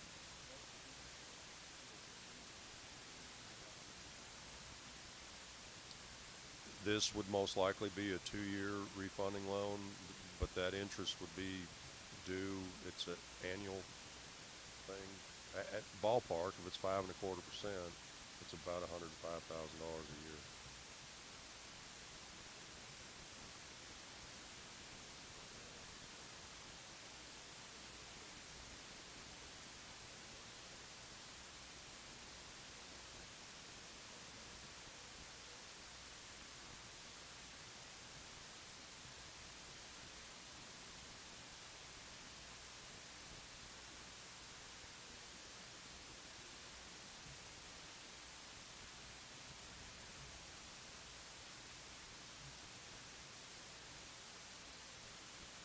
Two years, I believe. Well,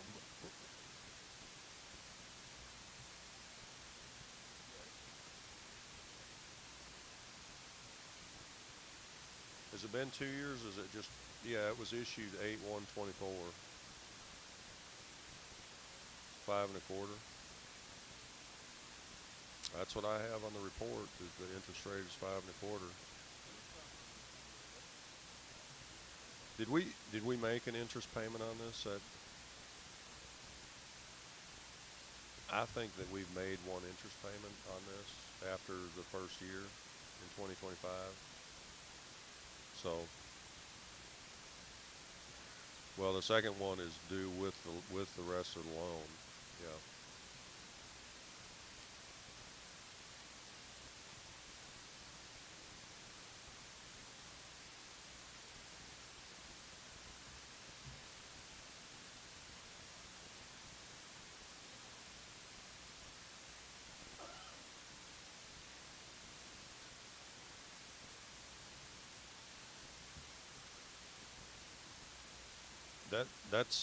This is why every time there's a conversation about, borrowing money, regardless of what it is. And again, I'm not trying to throw darts here. I'm just saying that every time that is brought up, it should be a big flag of caution, caution, caution. What are we doing here? And then before we agree to do it, we need to know every detail of what it's for, and because you are committing our kids and their paychecks and the taxes that they're paying. So I'm just saying it's not something to take lightly. I just can't express enough caution about it. But this deal, we agreed. They spent $2 million on design of these schools that we're waiting for approval on. So.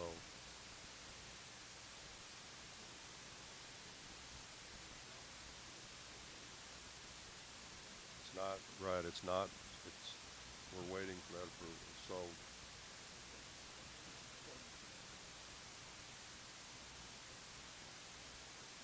That does delay them, sure does.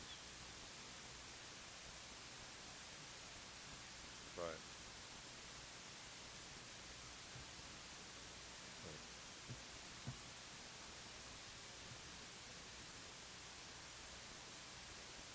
No, it could be paid early. It could be paid off, yeah.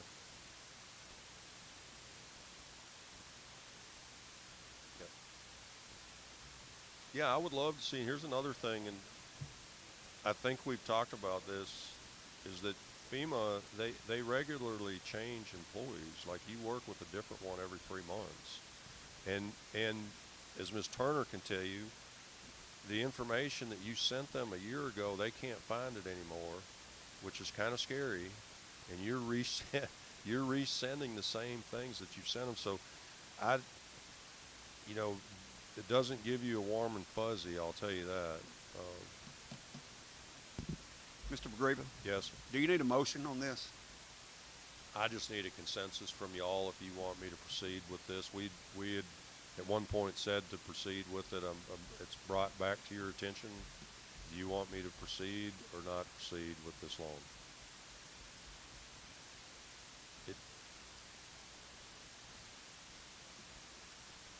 So let's just say, just raise your hands if you're,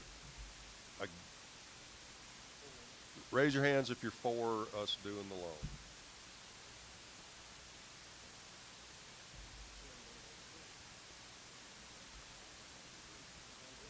The other choice is taking it out of fund balance and paying it off and saving $200,000 over the next 2 years for your taxpayers.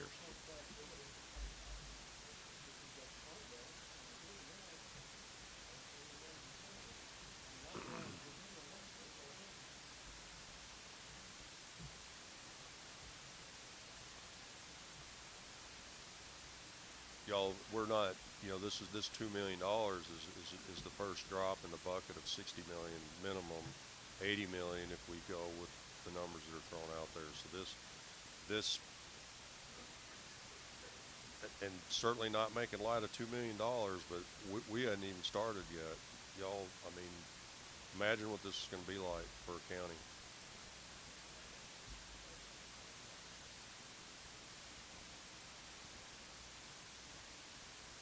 You will, yeah.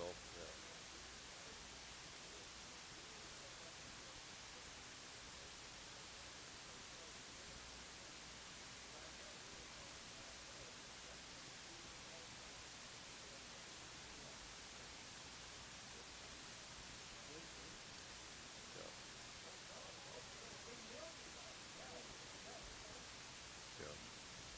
We would lose our interest on it.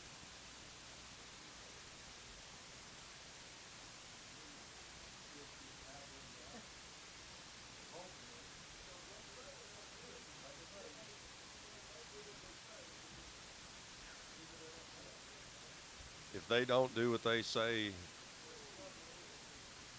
we're in trouble.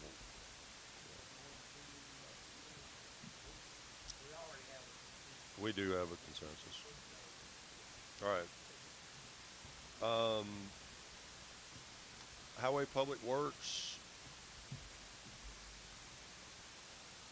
I'm going to say my part just because I understand that they added the things back in their budget. What I will say is that what we haven't done is increase their maintenance of effort. So we're not giving them any additional funding. They have a lot of capital expenditures, capital outlay. If you look at the numbers on their capital outlay, should they decide to move forward, this, do you have the highways budget? It's a separate.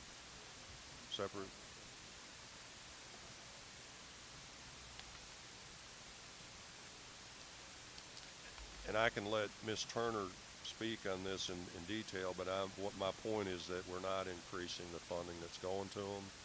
If they have these capital outlay projects that they need this money for, it will directly affect their fund balance. They're well aware of that. They felt the need to have the money budgeted as these things come up.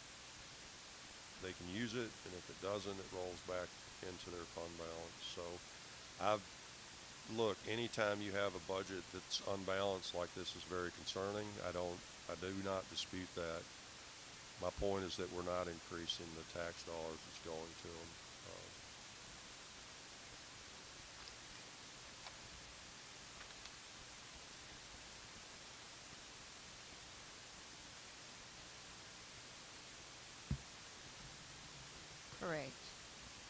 Last year, we paid our loan off and took it out of our fund balance. I know you're saying ours, but yes, it was our fund balance. I know it's the county's money, but it's our fund balance that came off of our bottom line. We had to adjust our expenditures then, and you saw how many times we had to come back. Now, with that being said, none of it was new money, okay? It was all that we had budgeted. We were, I know, on paper, it looked bad, okay? But again, it's on paper. That's it. We don't normally spend the expenditures that we put on that paper, okay? So at the end, it rolls back into our fund balance, like it was never taken out, okay? But this year, we had to come back numerous times, transferred money, because we cut our budget last year. We didn't receive anything more of the penny. We, flat. We had a lot of expenses come out, breakdowns, repairs, whatever you want to say. So then, that's where we're at this year. We did not get any more of a penny. It's not raised other than our wages, 3%. You asked us to cut our budget because we was 1.2 million. Yes, we did. We went back, we cut to show you that we could do that. But that was a very dangerous move. With that being said, if we have another weather event, whether it be flooding, whether it be wind, whether it be whatever, we have another weather event. What are the roads and the bridges for? Is to get people around in this county for emergency purposes. Okay? You take this money away from the highway department. Don't allow us to have that in there ready to go, ready to prepare, so that we can stockpile and have rock and have tiles or whatever. If you take that away from us, that we're not even prepared for a disaster, then we have to come and we have to ask for more money, and then we have to order things, and it takes us 2 to 3 months to get in. What position are you putting the county in? 3 or 4 month wait. Go back to the flood. I know that's a bad sore for everybody. I don't like reliving it either. But if we did not have the material that was on our grounds that day, the culverts, the rock, if we did not have that, we'd have been more paralyzed than we were that day and for the weeks afterwards, because we weren't even allowed to get rock from Vulcan. It was going straight to CSX. We couldn't get rock for a few days. We were using what we had stockpiled, what we had done smart and had there in waiting, instead of having to come and ask for it. So that's why we increased our budget back to where it was. Like you said, hopefully we won't have to use it. But this past year, because we did not have it in our budget, we don't have much on our yard. Okay? So if we have another disaster, we could be hurting. Could be. You pass this budget, we won't be hurting as bad.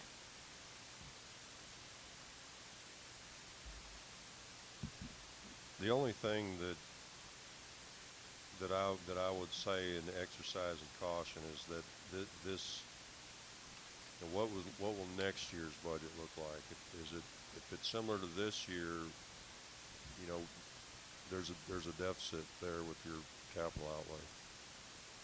Again, if you look at the bottom line come June 30th, it'll weigh out about the same. So you're comfortable with that? I'm not saying it'll be even, okay? Because obviously if we're not getting any more money of the penny, we're not getting any more money at all. Obviously it's going to be a little bit different, but we don't have to spend. We don't spend what we put in there for expenditures. Okay. And we can adjust then. But the prices of the rock, and you saw the bids, 6-month bids. I mean, it's going up. That's no control of us. But if we can't get any more penny, that's not going to help either.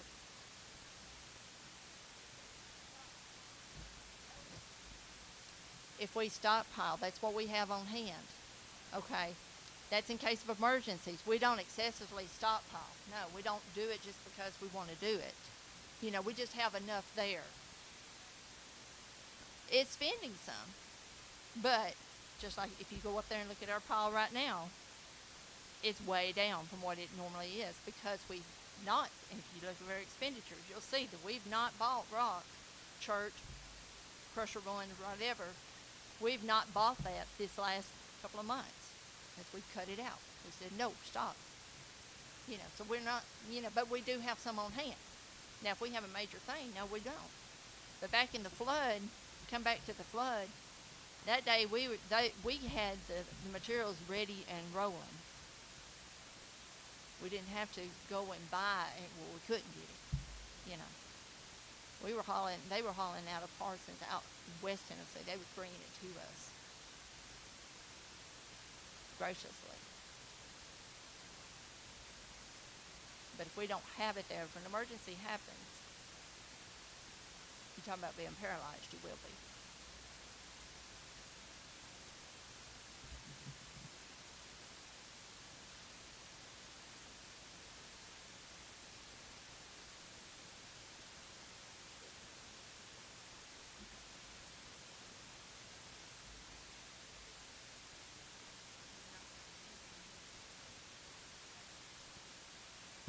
Mainly FEMA reimbursement.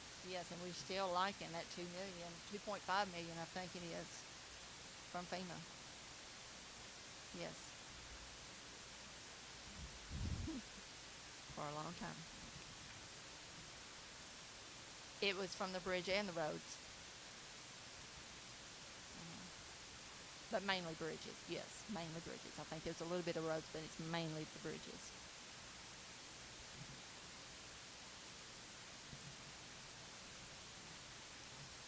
It's not been obligated, no.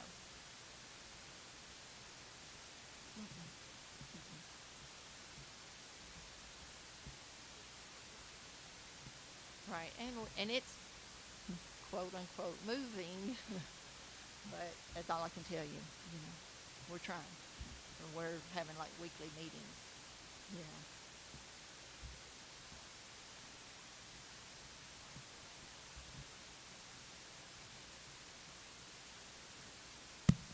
Because of the capital outlay, the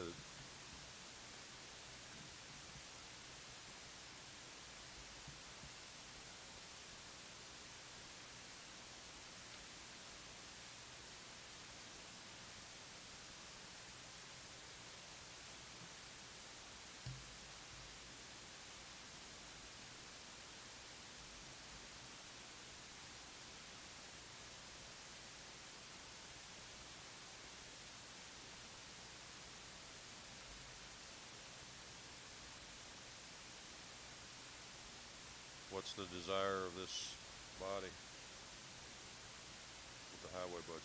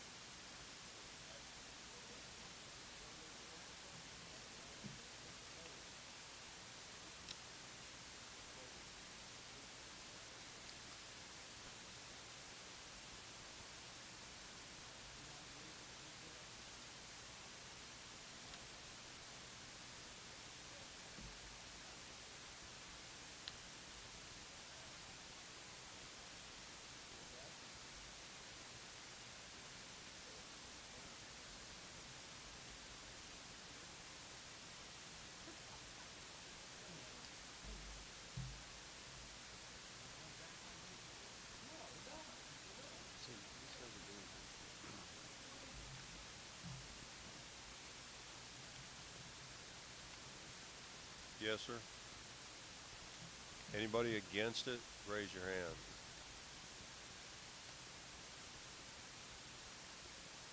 All right.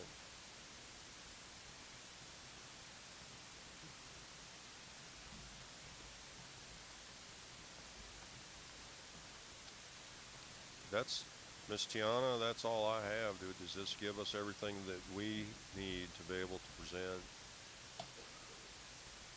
the full budget?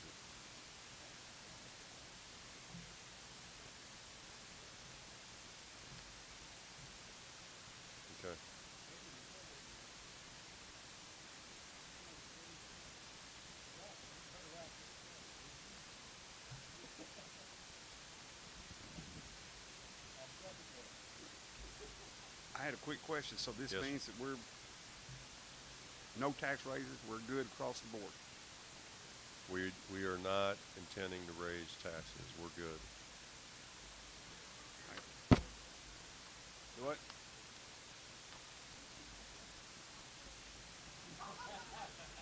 Yeah.